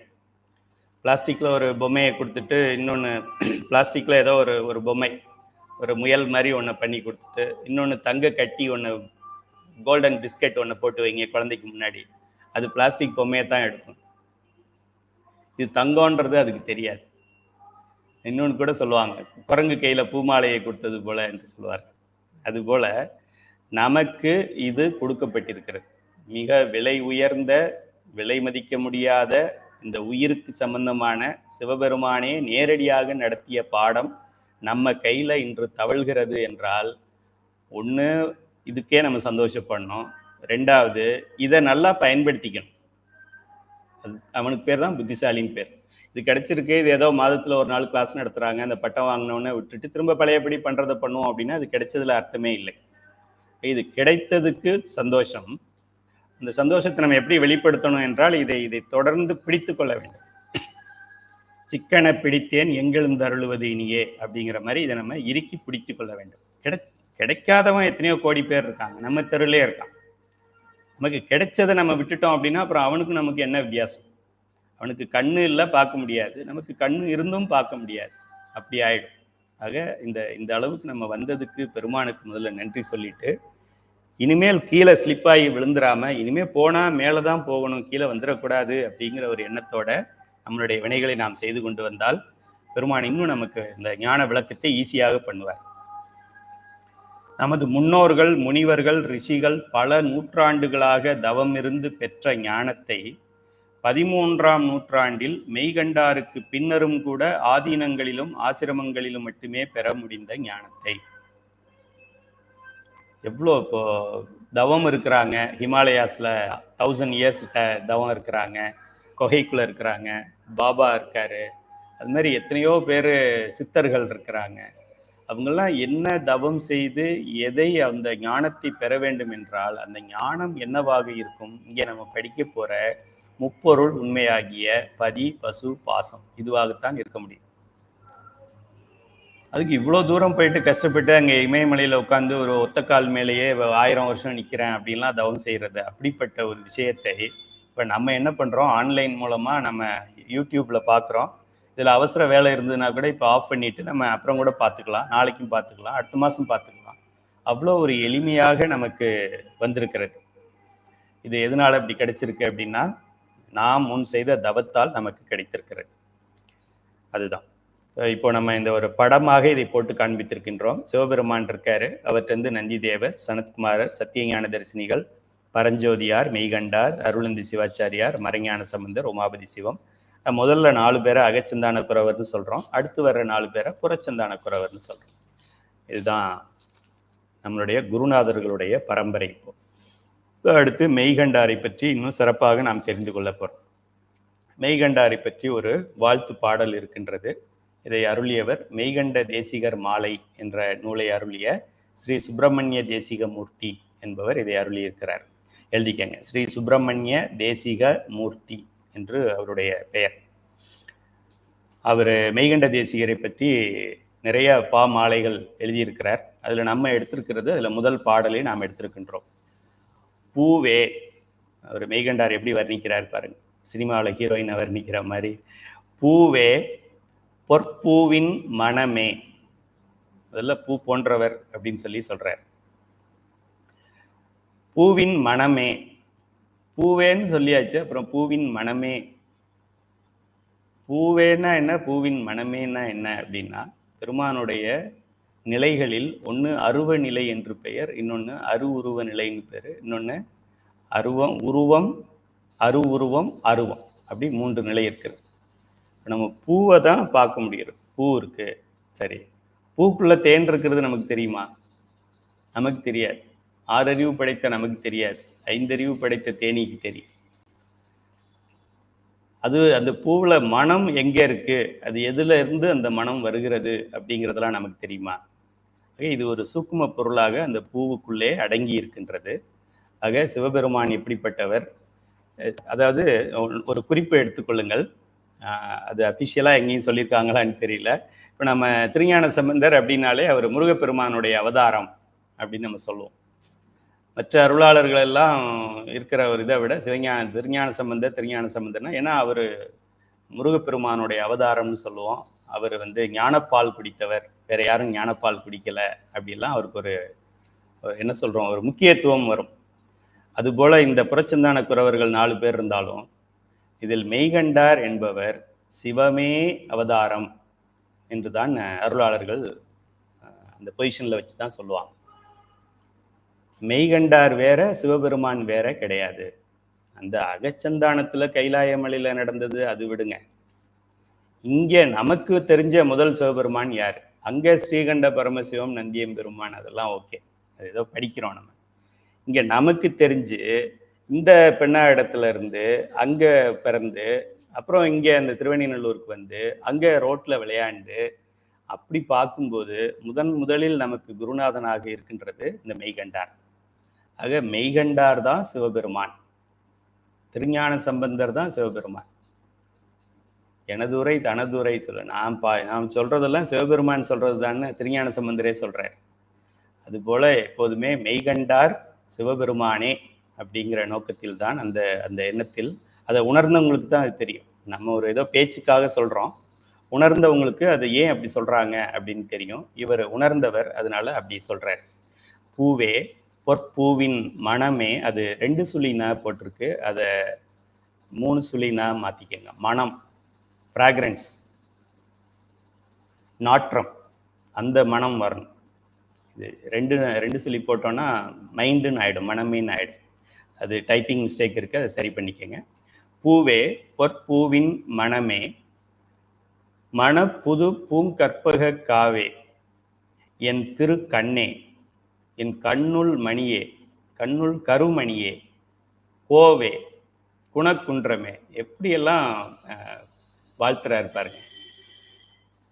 குணக்குன்றமே என்னை ஆண்ட சுகோதயமே தேவே தேவே கோவே காவே பூவே திருவெண்ணை மெய்கண்ட நாத மெய் தேசிகனே. திருவெண்ணை நல்லூரிலே ஞானம் பெற்று அங்கே இருந்து இந்த ஞானத்தை உலக மக்களுக்கு உயிர்களுக்கெல்லாம் அறிவிக்கின்ற மெய் தேசிகனே என்ற பாடல் இது. மேலோட்டமான விளக்கத்தை பொருளை நான் படிச்சிடுறேன். வார்த்தைக்கு வார்த்தை நம்ம அப்புறம் மேட்ச் பண்ணி பார்த்துக்கலாம்.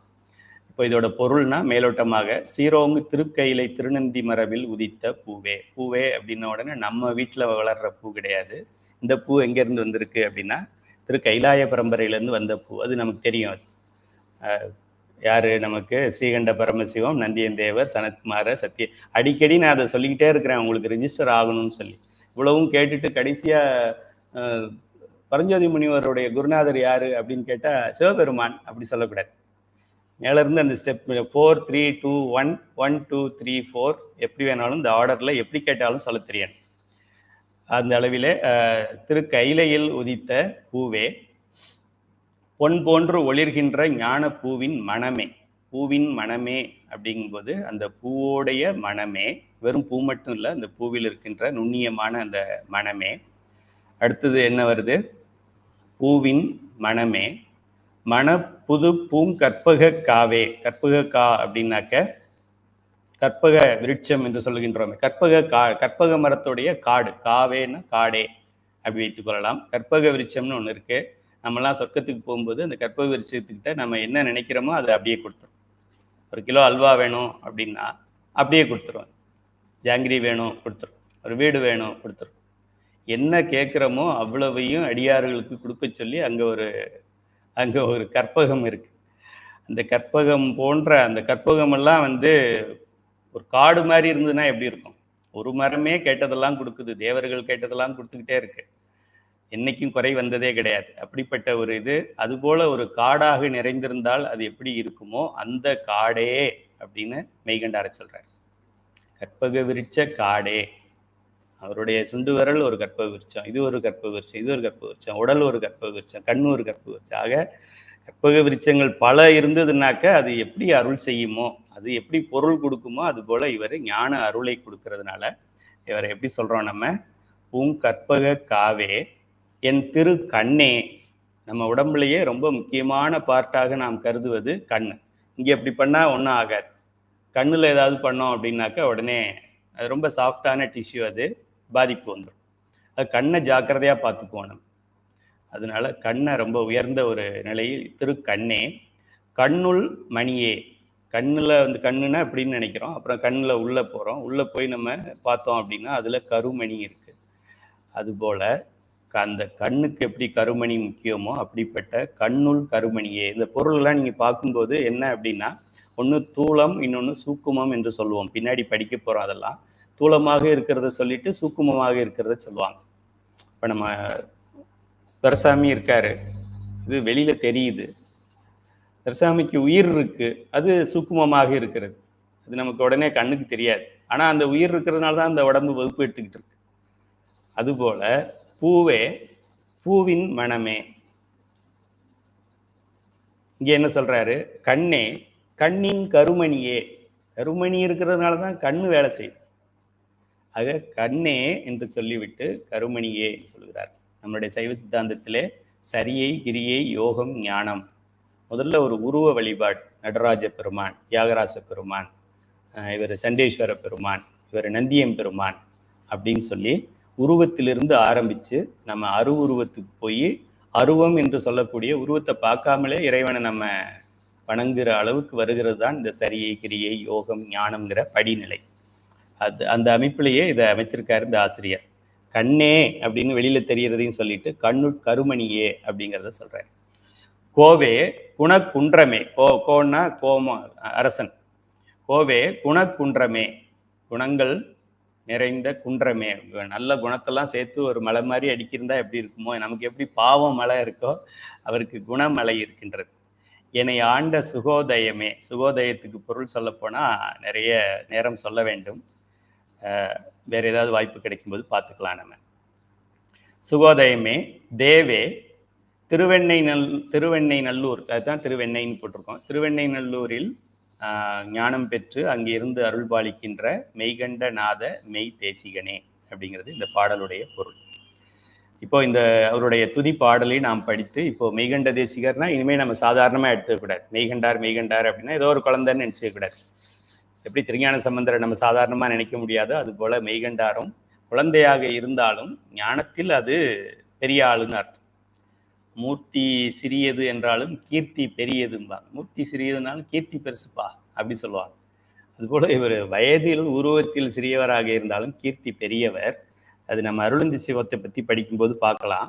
அருளந்தி சிவாச்சாரியார் தான் மெய்கண்டார் பிறக்கிறதுக்கு அவங்க அப்பா அம்மாவுக்கு நீங்கள் இந்த பதிகத்தை படிங்க உங்களுக்கு குழந்தை பிறக்கும்னு சொன்னவர் அருளந்தி சிவாச்சாரியார். இவர்கிட்ட மெய்கண்டாருடைய அப்பா அம்மா அந்த கதையை நான் சொல்லிட்டு அப்புறமா சொல்கிறேன் அதை பற்றி. 13ஆம் நூற்றாண்டின் முற்பகுதி அந்த பீரியடில் கடலூர் மாவட்டத்தில், இப்போ இருக்கிற கடலூர் மாவட்டத்தில் உள்ள பெண்ணாகடம் அல்லது பெண்ணாடம்னு சுருக்கமாக சொல்லுவாங்க, பெண்ணாகடம் என்ற ஊரில் அச்சுத கலப்பாளர் மற்றும் மங்களாம்பிகை என்ற சிவனடியார் தம்பதியருக்கு திருமணமாகி பல ஆண்டுகள் ஆகியும் குழந்தை பாக்கியம் இல்லாமல் இருந்தது.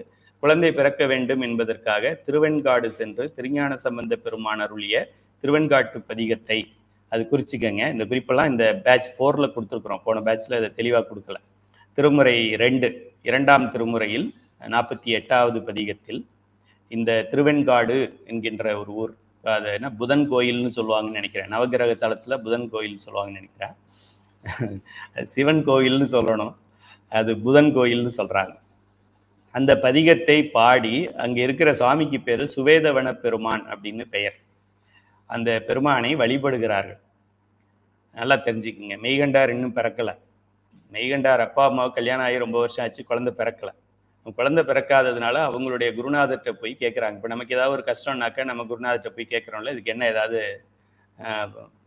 என்ன சொல்கிறது பரிகாரம் ஏதாவது பண்ணணுமா, என்ன பண்ணணும் அப்படின்னு கேட்குறோமே, அதுபோல் அவங்க குருநாதர்கிட்ட கேட்குறாங்க.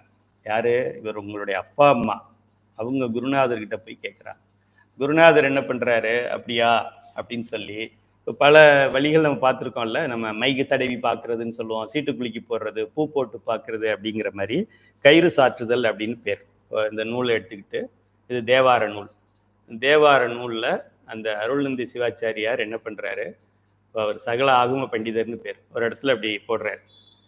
போட்டு அது என்ன பதிகம் வருது அப்படின்னு எடுத்து பார்க்குறாங்க.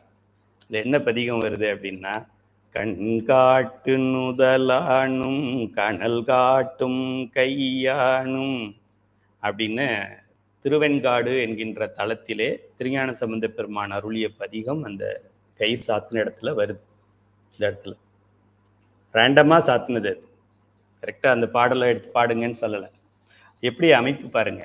அந்த பாடலில் ரெண்டாவது பாடலில், அது பதிகத்தில் 2வது பாடலில் பேயடையா பிரிவெய்தும் பிள்ளையினோடு உள்ள நினைவு ஆயினவே வரம் பெறுவர் ஐயுற வேண்டா ஒன்றும் அப்படின்னே வரும். இந்த பதிகத்தை பாடினால் பேய் அடையாது. பேய்னா ஆணவமலம். பேய் அடையாது. அப்படி பேய் அடைஞ்சிருந்தாலும் ஆணவமலம் பிடிச்சிருந்தாலும் அது விலகிவிடும். பிரிவெய்தும் பிள்ளையினோடு உள்ள நினைவு, எனக்கு ஒரு பிள்ளை பிறக்கணும், குழந்தை வேணும், வாரிசு வேணும், ஒரு குழந்தை பிறக்கணும், நான் மலடி இல்லை என்பதை நான் காமிக்கணும், நான் மலடன் இல்லை என்பதை சமுதாயத்துக்கு காமிக்கணும்.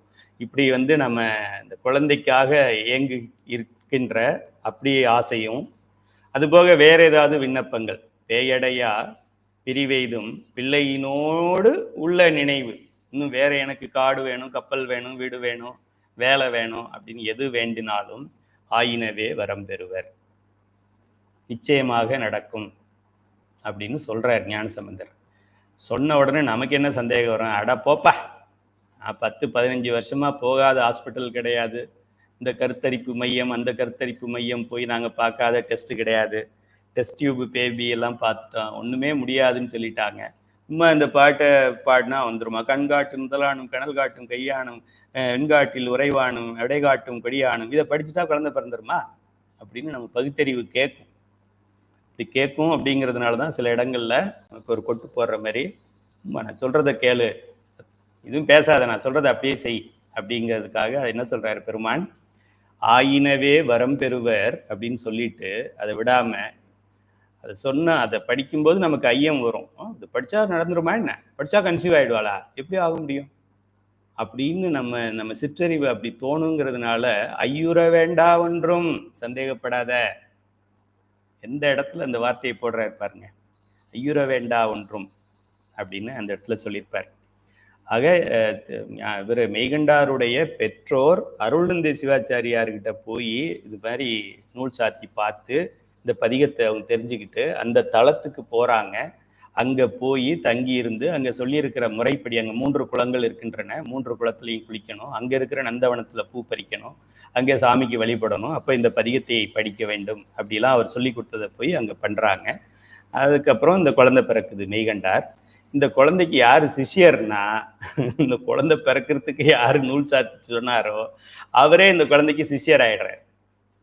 இதுதான் மெய்கண்டாருடைய சிறப்பு. அப்பர் சுவாமிகள் என்ன பண்ணாரு, இந்த இப்போ நான் சென்ற 2-3 நாட்களுக்கு முன்னாடி போயிட்டு வந்தேன். சம்பந்தர் மேடு என்று சம்பந்தர் திருஞான சம்பந்த பெருமான் வந்துகிட்டு இருக்காரு. அப்பர் சுவாமிகள் இங்க திருப்பூந்துருத்தி என்ற இடத்துல மடம் அமைத்து அங்கே இருக்கிறாங்க.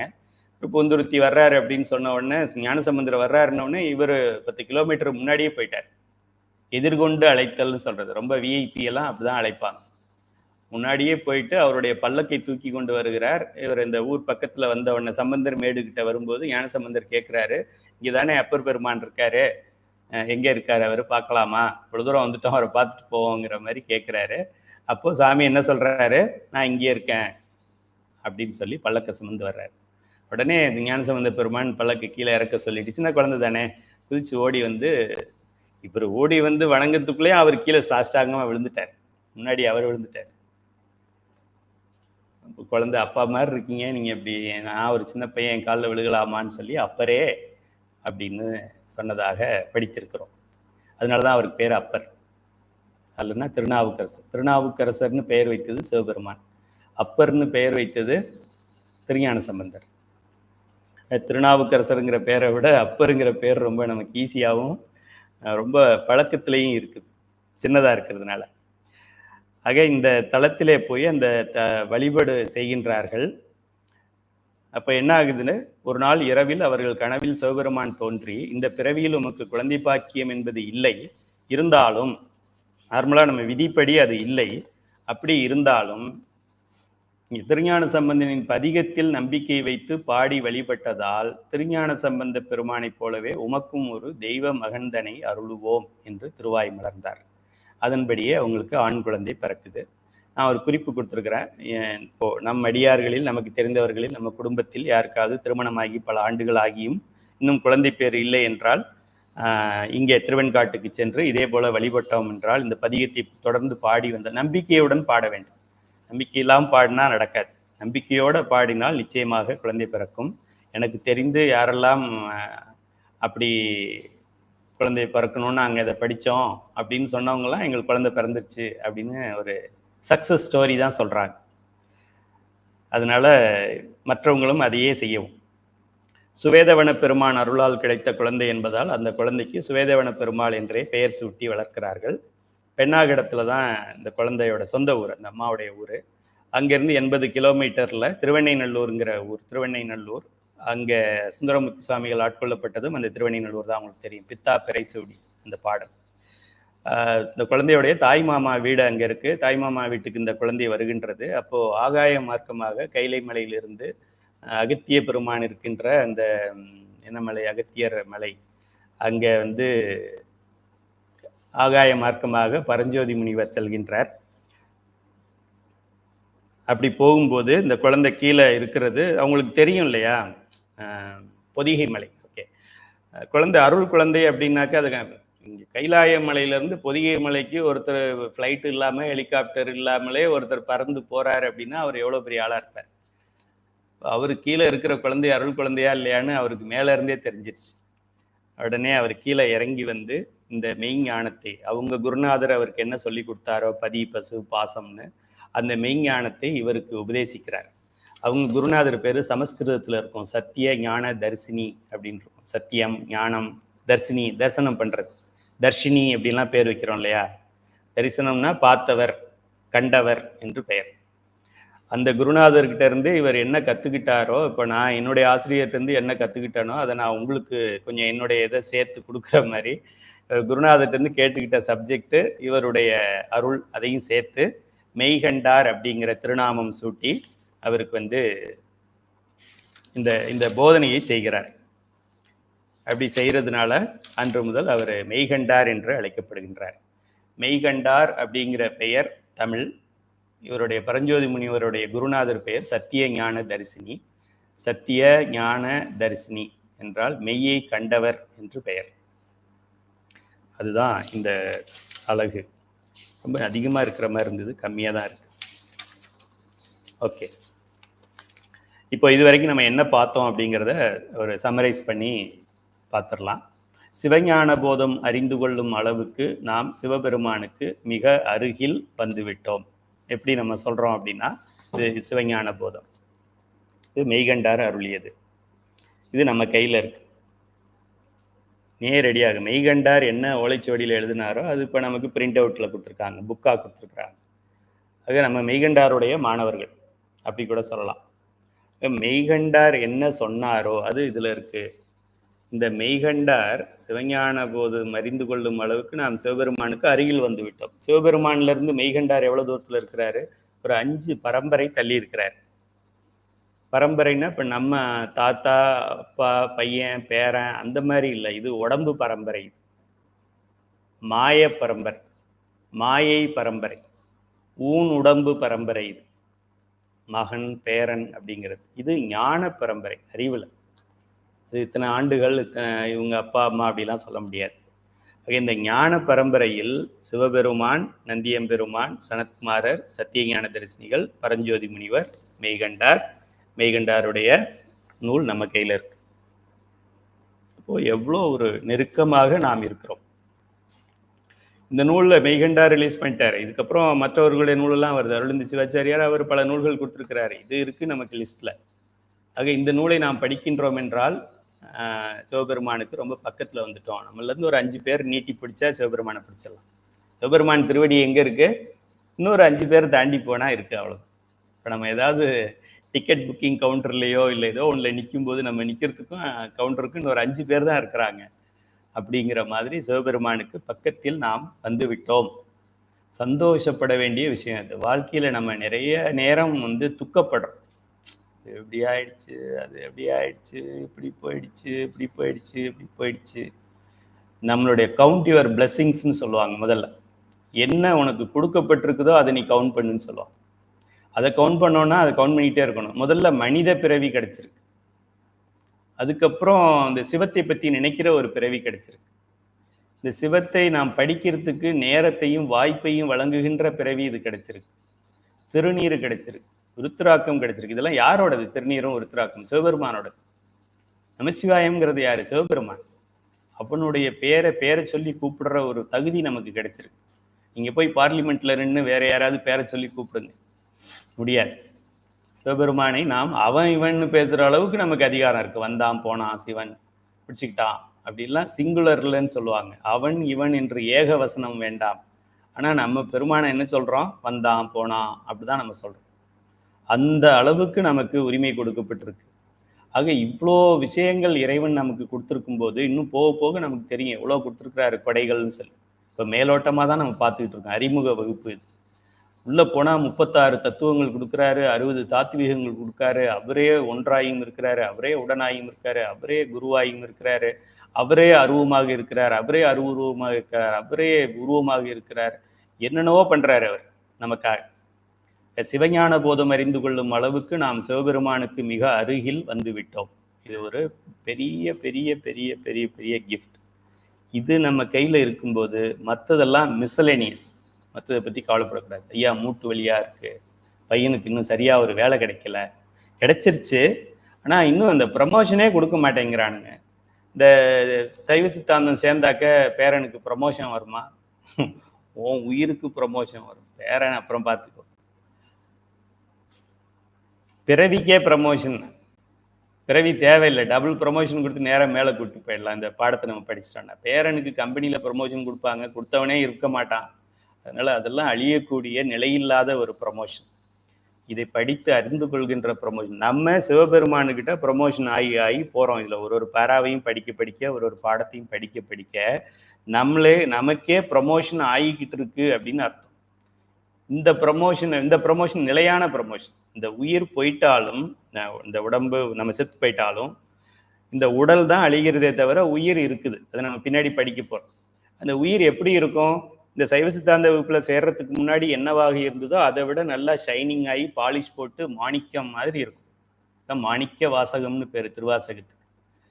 மாணிக்கம் மாதிரி அப்படி ஜொலிக்கும். அப்படி அது மங்காது, உயிருக்கு ஏற்பட்டது குறையாது. அப்படிப்பட்ட ஒரு நிலைக்கு நம்ம வந்து விட்டோம். அதனால இந்த வாழ்க்கையில நடக்கிற சின்ன சின்ன விஷயங்களுக்கெல்லாம் கவலைப்படக்கூடாது. மற்ற எல்லாமே அழியக்கூடியது. போன வாரம் வரைக்கும் எனிமையா இருந்தாங்க, இன்னைக்கு போய் ஒரு மாலையை கொடுத்து பூச்செண்டை கொடுத்துட்டா 2 பேரும் ஒன்னா போட்டோ எடுத்துக்கிறான். எல்லாரும் கை தூக்கிட்டு 16 பேர் வரிசையா போட்டோ எடுக்கிறோம். போன வாரம் சண்டை போட்டுக்கிட்டு இருந்தான், இந்த வாரம் வரைக்கும் ஒன்னா இருக்கிறான், அடுத்த வாரம் தனித்தனியா பேசிக்கிறான். ஃபேமிலி அது மாதிரி இருக்கு, நண்பர்கள் அது மாதிரி இருக்காங்க, கம்பெனியில் அது மாதிரி இருக்கு, ஆஃபீஸில் அது மாதிரி இருக்கு, ஊரில் அது மாதிரி இருக்கு. எல்லா இடத்துலையும் நல்லா இருந்தது கெட்டு போச்சு, கெட்டு போயிருந்தது நல்லா இருக்கு, மாறி மாறி வந்துக்கிட்டே இருக்கு. சிவபெருமான் நம்ம மேலே வைத்திருக்கிற கருணை அது மாதிரி மாறக்கூடிய ஒரு பொருள் இல்லை. ஆக மாறக்கூடாது, மாறாத நம்பிக்கையான, ரொம்ப நாளாக நம்ம லாங் ரிலேஷனை நம்ம நம்புறது நல்லதா, ஷார்ட் ரிலேஷன் மாறக்கூடியது அப்படிங்கிறத நம்ம அதை நம்புறதா? இதுதான் கேள்வி. போக போக இதை நம்ம படிக்கலாம். இந்த உலகத்தில் பல கோடி மனிதர்களுக்கு கிடைக்காத ஒரு வாய்ப்பை நமக்கு இறைவன் அருளுகிறான். இந்த உலகத்துல எத்தனையோ கோடிக்கணக்கான மனிதர்கள் இருக்காங்க. நான் சொல்றது மனிதர்கள், ஆடு மாடு கோழி குஞ்சு அதெல்லாம் நிறைய மனிதர்கள், ஹியூமன் பீயிங் என்று சொல்லக்கூடியவர்களே இப்ப இருக்கிற பாப்புலேஷன்ல அப்ராக்சிமேட்டா வேர்ல்டு பாப்புலேஷன் குறிச்சுக்கங்க 800 crores.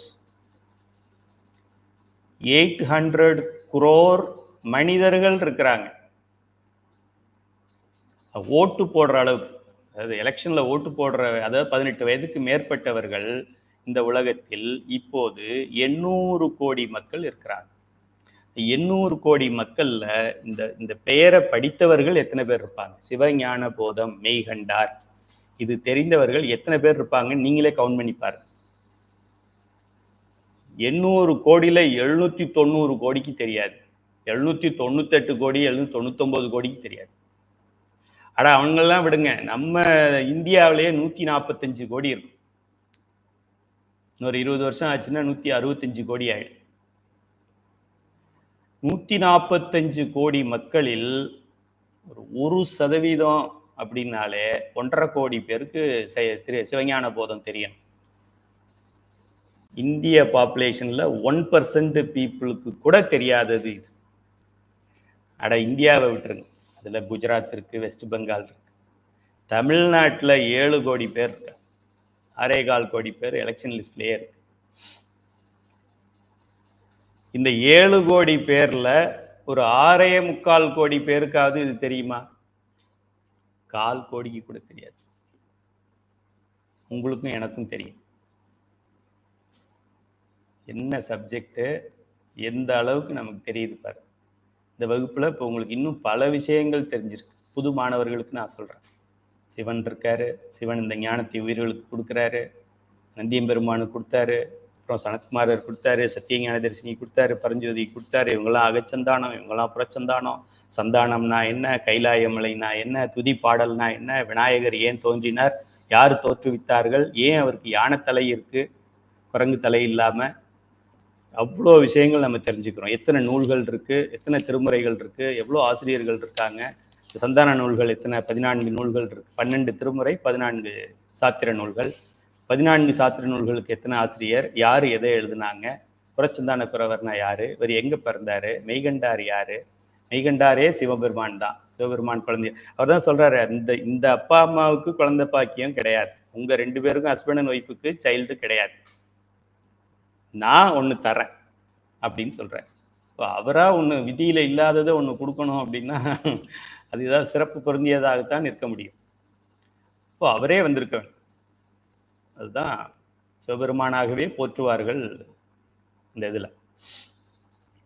அப்படிப்பட்ட மெய்கண்டாரை பற்றி படிக்கிறோம், அவருடைய வரலாறு படிச்சிருக்கிறோம், அவர் எப்படி தோன்றினார் படிக்கிறோம், அவருடைய எவ்வளோ எவ்வளோ எவ்வளோ படிக்கிறோம். 1 மணி நேரம் 2 மணி நேரத்தில் 45-50 வருஷமாக படிக்காததை இந்த 45 நாளில் நம்ம படிச்சிருப்போம். இதுதான் லைஃப். நமக்கு இந்த ஞானம், இந்த அறிவை நமக்கு எங்கேருந்து வந்தது, கைலாய பரம்பரைனா என்ன, கைலாயம்னா என்ன, எந்த அளவுக்கு நம்ம தெரிஞ்சுக்கிறோம் பாருங்க.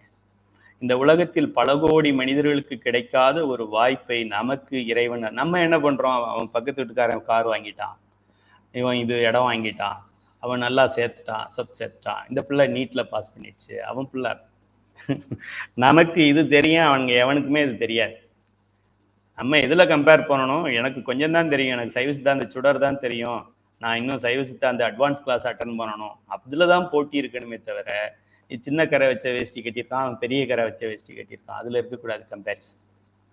இப்போ இறைவன் நமக்கு கொடுத்துருக்கிறதே பெரிய கிஃப்ட். இதெல்லாம் இறைவன் கொடுக்கல, நம்ம தான் சம்பாதிச்சிருக்கிறோம். அது எப்படிங்கிறத போக போக படிப்போம். நல்வினைகள் செஞ்சுருக்கோம், வேற ஒன்றும் கிடையாது. நன்மைகள் செஞ்சுருக்கிறோம், புண்ணியம் செஞ்சுருக்கிறோம். இன்னும் புண்ணியம் செய்ய செய்ய செய்ய இன்னும் நிறைய நமக்கு இது ஈஸியாக புரியும். 2 மணி நேரம் கிளாஸ் எடுக்க வேண்டாம், 2 செகண்டில் புரிகிற மாதிரி பண்ணி கொடுத்துருவார் சாமி. புண்ணியம் செய்யாமல் பாவம் செய்ய செய்ய செய்ய செய்ய இப்போ படித்ததும் மறந்து போயிடும், தேர்வு வரைக்கும் கூட ஞாபகம் இருக்காது.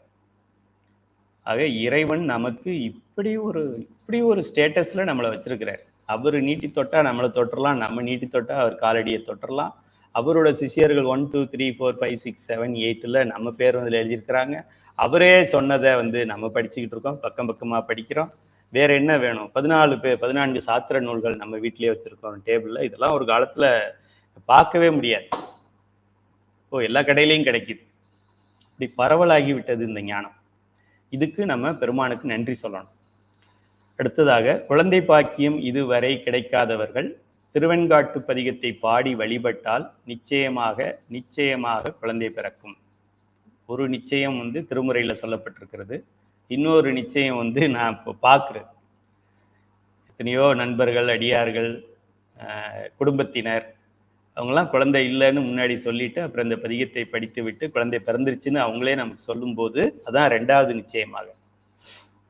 சமீபத்தில் கூட நம்முடைய அடியார் ஒருவர், அவங்க ரொம்ப வருஷமாக அவரோட பையன் மருமகள் குழந்தை இல்லாமல் இருந்தாங்க. எல்லா ஹாஸ்பிட்டலும் போய் எல்லாம் பார்த்துட்டாங்க, லட்சமாக பணத்தை செலவு பண்ணிட்டாங்க. அதுக்கப்புறமும் நம்பிக்கை இல்லை, டாக்டருங்க முடியாதுன்ட்டாங்க. பல லட்சத்தை செலவு பண்ண பின்னாடி சான்ஸ் இல்லைன்னு சொல்லிட்டாங்க. வேற வழி சிவபெருமான் தான். அதனால இந்த பதிகத்தை கையில் எடுத்தாங்க. மகனுக்கிட்ட சொன்னார், இங்கே பாரு, படிச்சுக்கிட்டே இருக்கணும், அப்படின்னா என்ன, மெமரைஸ் ஆகிடும். பஞ்சபுராணம் மெமரைஸ் பண்ணணும்னு சொல்கிறோம் எதுக்கு, அதுபோல் இந்த பதிகத்தையே அந்த பையன் மெமரைஸ் பண்ணுற அளவுக்கு படிச்சுக்கிட்டே இருக்கார். அதுபோல் மருமகள் பெண், அந்த பெண்ணும் இந்த பதிகத்தை தொடர்ந்து படிக்கிறாங்க. கணவன் மனைவி 2 பேரும் படிக்கிறாங்க. அருமையான குழந்தை பிறந்திருக்கவங்களுக்கு. இது போல் பல அன்பர்கள் நமக்கே வகுப்புலேயே சொல்லியிருப்பாங்க. நேரம் இது கூகுள் மீட்டில் நடந்ததுன்னா மைக் ஆன் பண்ணி யாராவது பேசியிருப்பாங்க, எங்கள் ஐயா எனக்கு கூட அப்படி தான் நடந்தது அப்படின்னு சொல்லுவாங்க. அதனால தான் 2 நிச்சயம் போட்டிருக்கேன் இதில். திருவெண்ணைநல்லூர் சிவபெருமான் சுந்தரரை ஆட்கொண்ட தலம். முதல்ல நமக்கு இந்த திருவெண்ணைநல்லூர் எங்கே இருக்குது அதை முதல்ல பார்க்க துடிக்கணும். ஈஃபில் டவர் எங்கே இருக்குது, தாஜ்மஹால் எங்கே இருக்குது, ஆக்ரா எங்கே இருக்குது, அது என்னது இஜிப்ட் பிரமிட்ஸ் எங்கே இருக்குது, அதை பார்க்க போகக்கூடாது. திருவெண்ணைநல்லூர் எங்கே இருக்குது, திருவாவடுதுறை எங்கே இருக்குது, திருப்பெருந்துறை எங்கே இருக்குது, இதுதான் நம்ம வாழ்க்கையில் தேடி அடையக்கூடியதாக இருக்க வேண்டும். பல பேர் இதில் வெளிநாட்டினர் இருக்கிறீங்க, இங்கே ஏதாவது ஒரு காலத்தில் எதையாவது ஒன்று பார்க்கணும் இந்த வாழ்நாளில்னு நினச்சா இந்த திருவெண்ணைநல்லூர் எங்கே இருக்குது அதை பார்த்து அடுத்த தடவை நீங்கள் ஒரு டூர் பிளான் பண்ணி திருவெண்ணைநல்லூருக்கு வரணும். திருவெண்ணைநல்லூர் என்ன மாதிரியான தலம். சுவாமி 2 நாள் கோர்ட் கேஸ் நடக்குதுங்க. முதல் நாள் பஞ்சாயத்து, அது முடியாததுனால மறுநாள் பஞ்சாயத்து. தெருவில் நடந்து போகிறாரு, எல்லாரும் என் பின்னாடி வாங்க, என் வீட்டுக்கு போகிறேன் அப்படின்னு சொல்லிட்டு திருவெண்ணைநல்லூரில் நடக்கிறாரு. பின்னாடி ஊரே நடக்குது, ஊரில் இருக்கிற எல்லா பெரியவர்களும் பின்னாடி போகிறாங்க, இவர் வீடு எங்கே போய் இருக்குன்னு பார்க்கலாம் அப்படின்ட்டு. சுந்தரர் நடக்கிறாரு. அப்படிப்பட்ட ஒரு தலம். சுந்தரருடைய இங்கே சுவாமியுடைய ஆலயம் இருக்குது. ஏற்ற மாதிரி தான் மெய்கண்டாருடைய திருமடம் இருக்கிறது. அப்போ மெய்கண்டாருக்கு உபதேசம் பண்ணுறதுக்கு பரஞ்சோதி முனிவர் இறங்கியிருக்கிறாரு. அவர் கைலாய மலையிலிருந்து வந்தார். ஆக எவ்வளோ ஒரு புண்ணிய பூமியாக அது இருக்க வேண்டும் பாருங்க. அந்த தலத்தை நாம் பார்க்காமல் நம்ம வேற எதையோ பார்த்துட்டு, அப்புறமா எங்கள் மதத்தை இழிவுபடுத்துகிறார்கள், எங்கள் சாமியை இல்லைன்னு சொல்கிறார்கள், எங்கள் இடத்தெல்லாம் அவங்க பட்டா போட்டுட்டார்கள் அப்படின்னா, நம்ம செய்ய வேண்டியதை ஒழுங்காக செய்து கொண்டிருந்தால் வேற யாரும் நமக்கு இடையூறு செய்யவே முடியாது. நம்ம வீக்காக இருக்கிறதுனால நம்ம வீக்னஸ் அவங்க பயன்படுத்திக்கிறாங்க. நம்ம ஸ்ட்ராங்காக இருந்தோம் அப்படின்னாக்க அவங்க நம்ம எதுவும் பண்ண முடியாது. அவங்க ஒரு நாளைக்கு 5 முறை அவங்க சாமியை தொழுகிறார்கள் என்றால் நீங்கள் போய் அதை கெடுக்க முடியுமா? முடியாது. அவர்கள் வாரத்துக்கு 3 முறை அவங்க சாமி கோயிலுக்கு போகிறாங்க அப்படின்னா நீங்கள் அதை தடுக்க முடியுமா? முடியாது. தினந்தோறும் காலையில் எழுந்திரிச்ச உடனே அப்படியே பெட்லேயே உட்காந்து அவங்களுடைய புனித நூலை படிப்பார்கள். இரவு படுக்கும்போது படித்து விட்டு படுப்பார்கள். நம்ம புனித நூல் என்னன்னு நமக்கே தெரியாது. பாதி பேருக்கு தெரியாது. தெரிஞ்சவங்கள 99% அதை படித்ததில்லை. யாராவது ஒருத்தர் என்ன புனித நூல்? பகவத்கீதை. பகவத்கீதை நீ படிச்சிருக்கியா? படிச்சது. நம்ம புனித நூலை நம்ம பார்த்ததும் இல்லை, படித்ததும் இல்லை. அது என்ன மதம்? அது இப்படி ஒரு மதம் இருக்கு. அதான் அவனா ஒருத்தன் இழிச்சவன் இருக்கான் அப்படின்னாக்கா மற்றவெல்லாம் ஏறி மிதிக்கத்தானே செய்வோம். ஒரு மதம் என்று சொல்லுகிறார்கள். அந்த மதத்தில் கோடிக்கணக்கான பேர் இருக்காங்க. அவங்களுடைய கடவுள் யாருன்னு சொன்னா ஒருத்தன் ஒரு பேரை சொல்ல மாட்டேங்கிறான். என்னடா மதம் இது? என்னடா மனிதர்கள் இவர்கள்? நாங்களாம் ஒருத்தரை சொல்றோம், நீங்களாம் ஒருத்தரை சொல்ல மாட்டேங்கிறீங்க. சரி, உங்களுடைய புனித நூல் எதுன்னு கேட்டா அதுக்கு பேர் ஒருத்தன் ஒரே மாதிரி சொல்ல மாட்டேங்கிறீங்க. அட்லீஸ்ட் ஒரு பாதி பேர் கை தூக்கி பகவத்கீதை யார் அருளியது? அது கிருஷ்ண பரமாத்மா அருளியது. போர்க்களத்திலே மகாபாரத யுத்தத்திலே கிருஷ்ண பரமாத்மா அர்ஜுனனுக்கு அருளியது. சரி, என்ன சொல்றாரு அதுல?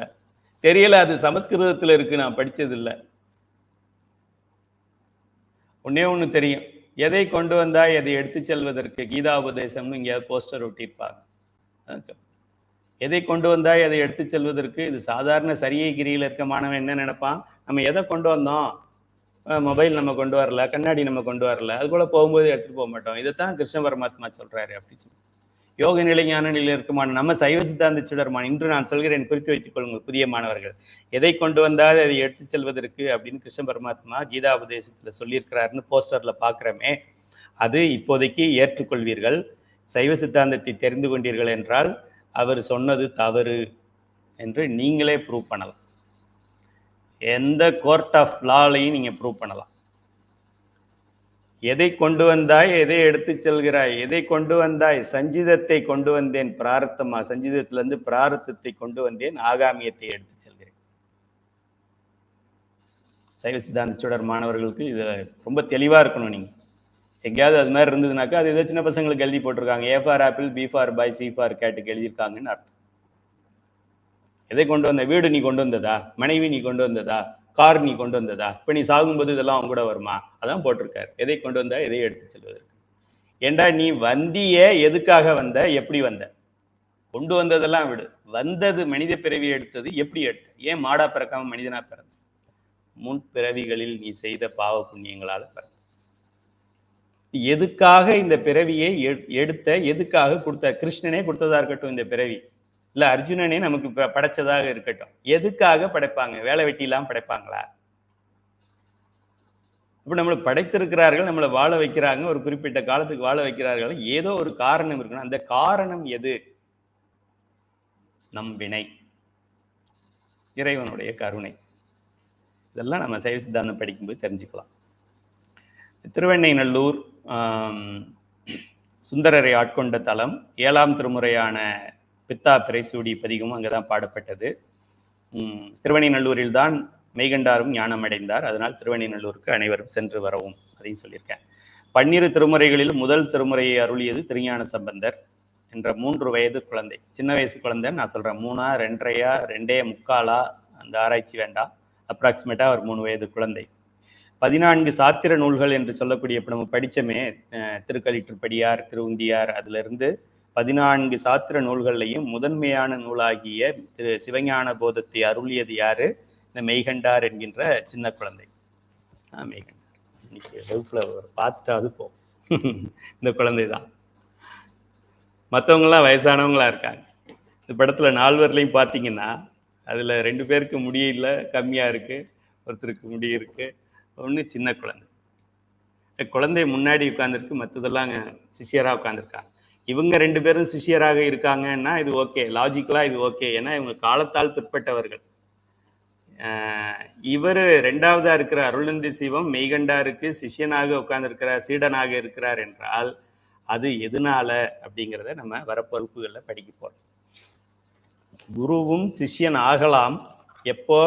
நான் தான் பண்ணேன், நான் தான் வகுப்படுத்தேன், நான் தான் படிக்க வச்சேன், நான் தான் பஞ்சபுராணம் பண்ணேன், நான் தான் அணை கட்டினேன், நான் தான் ப்ரமோஷன் வந்தேன், நான் தான் சொன்னா, நீ எவ்வளோ பெரிய சகல ஆகம பண்டிதராக இருந்தாலும், எவ்வளோ பெரிய சின்ன குழந்தைக்கு திருவடியில நீ விழுகிற மாதிரி ஆகிவிடும்.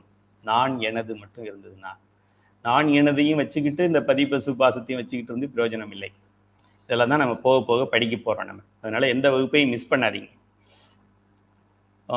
14 சாத்திரங்களின் முதன்மை நூலான சிவஞான போதத்தை அருளியது மெய்கண்டார்.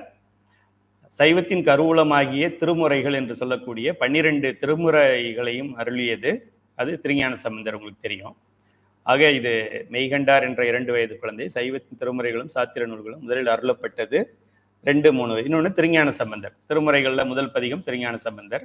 இந்த 14 சாத்திர நூல்களில் முதல் நூலாக கருதப்படுவது சிவஞான போதம்.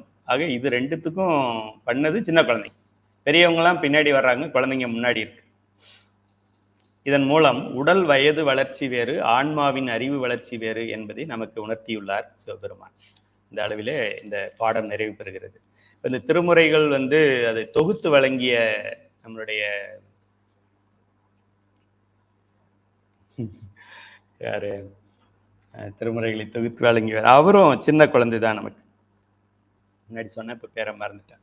தான் நம்மளுடைய மைண்டு. இந்த மைண்டை வச்சுக்கிட்டு நம்ம சிவபெருமானோட மைண்டை நம்ம அளக்க நினைக்கிறோம். அந்த அளவிலே குழந்தைகளை கொண்டே முக்கியமான பாடங்களை இந்த உலகத்துக்கு அருளி இருக்கிறார் சிவபெருமான். இது ஒரு திருமுறைகளுக்கு திருஞான சம்பந்தர், இது மெய்கண்டார், திருமுறைகளை தொகுத்தவர் நம்பியார். இந்த 3மே குழந்தைகள். பின்னாடி இருக்கிறவங்கலாம் சிஷ்யர்களாக இருக்கிறவங்கலாம் பெரியவங்க. அதனால நம்ம என்ன புரிஞ்சுக்கிறோம் அப்படின்னா, சின்ன குழந்தைன்னா ஒன்றும் தெரியாது, வயசானவர் அப்படின்னா எல்லாம் தெரியும் அப்படின்னு கிடையாது. நம்ம சொல்றது எல்லாம் தெரியும்னா என்ன தெரியும்? உலகியல்ல தெரியும். ஒரு அந்த காலத்துல எந்த கட்சி ஆட்சி அமைச்சது, யார் யாரோட கூட்டணி வச்சாங்க, இந்த இந்திரா காந்திக்கு முன்னாடி யார் இருந்தாங்க, அதெல்லாம் அவருக்கு தெரியும். அது தெரிஞ்சு என்ன பண்றது? பதி எது, பசு எது, பாசம் எது, எது முன்னாடி இருந்தது, எது பின்னாடி இருந்தது, எது சாஃப்டா இருக்கும், எது ஹார்டா இருக்கும், எது நமக்கு வேணும், எது நமக்கு வேண்டாம், நம்ம பதியா பசுவா பாசமா, இதை தெரிஞ்சுக்கிறது தான் முதன்மையான கல்வி. இந்த ஞான கல்வியை நமக்கு வழங்கிய இந்த ஞான பரம்பரையை வணங்கி இந்த அளவிலே நாம் வகுப்பை நிறைவு செய்கின்றோம். வான்முகில் வளாது பெய்க, வழிவளம் சுரக்க, மன்னன் பொன்முறை அரசு செய்க, குறைவிலாது உயிர்கள் வாழ்க, நான்மறை அறங்கள் ஓங்க, நற்றவம் வேள்வி மல்க, மேன்மைகொள் சைவநீதி விளங்கு.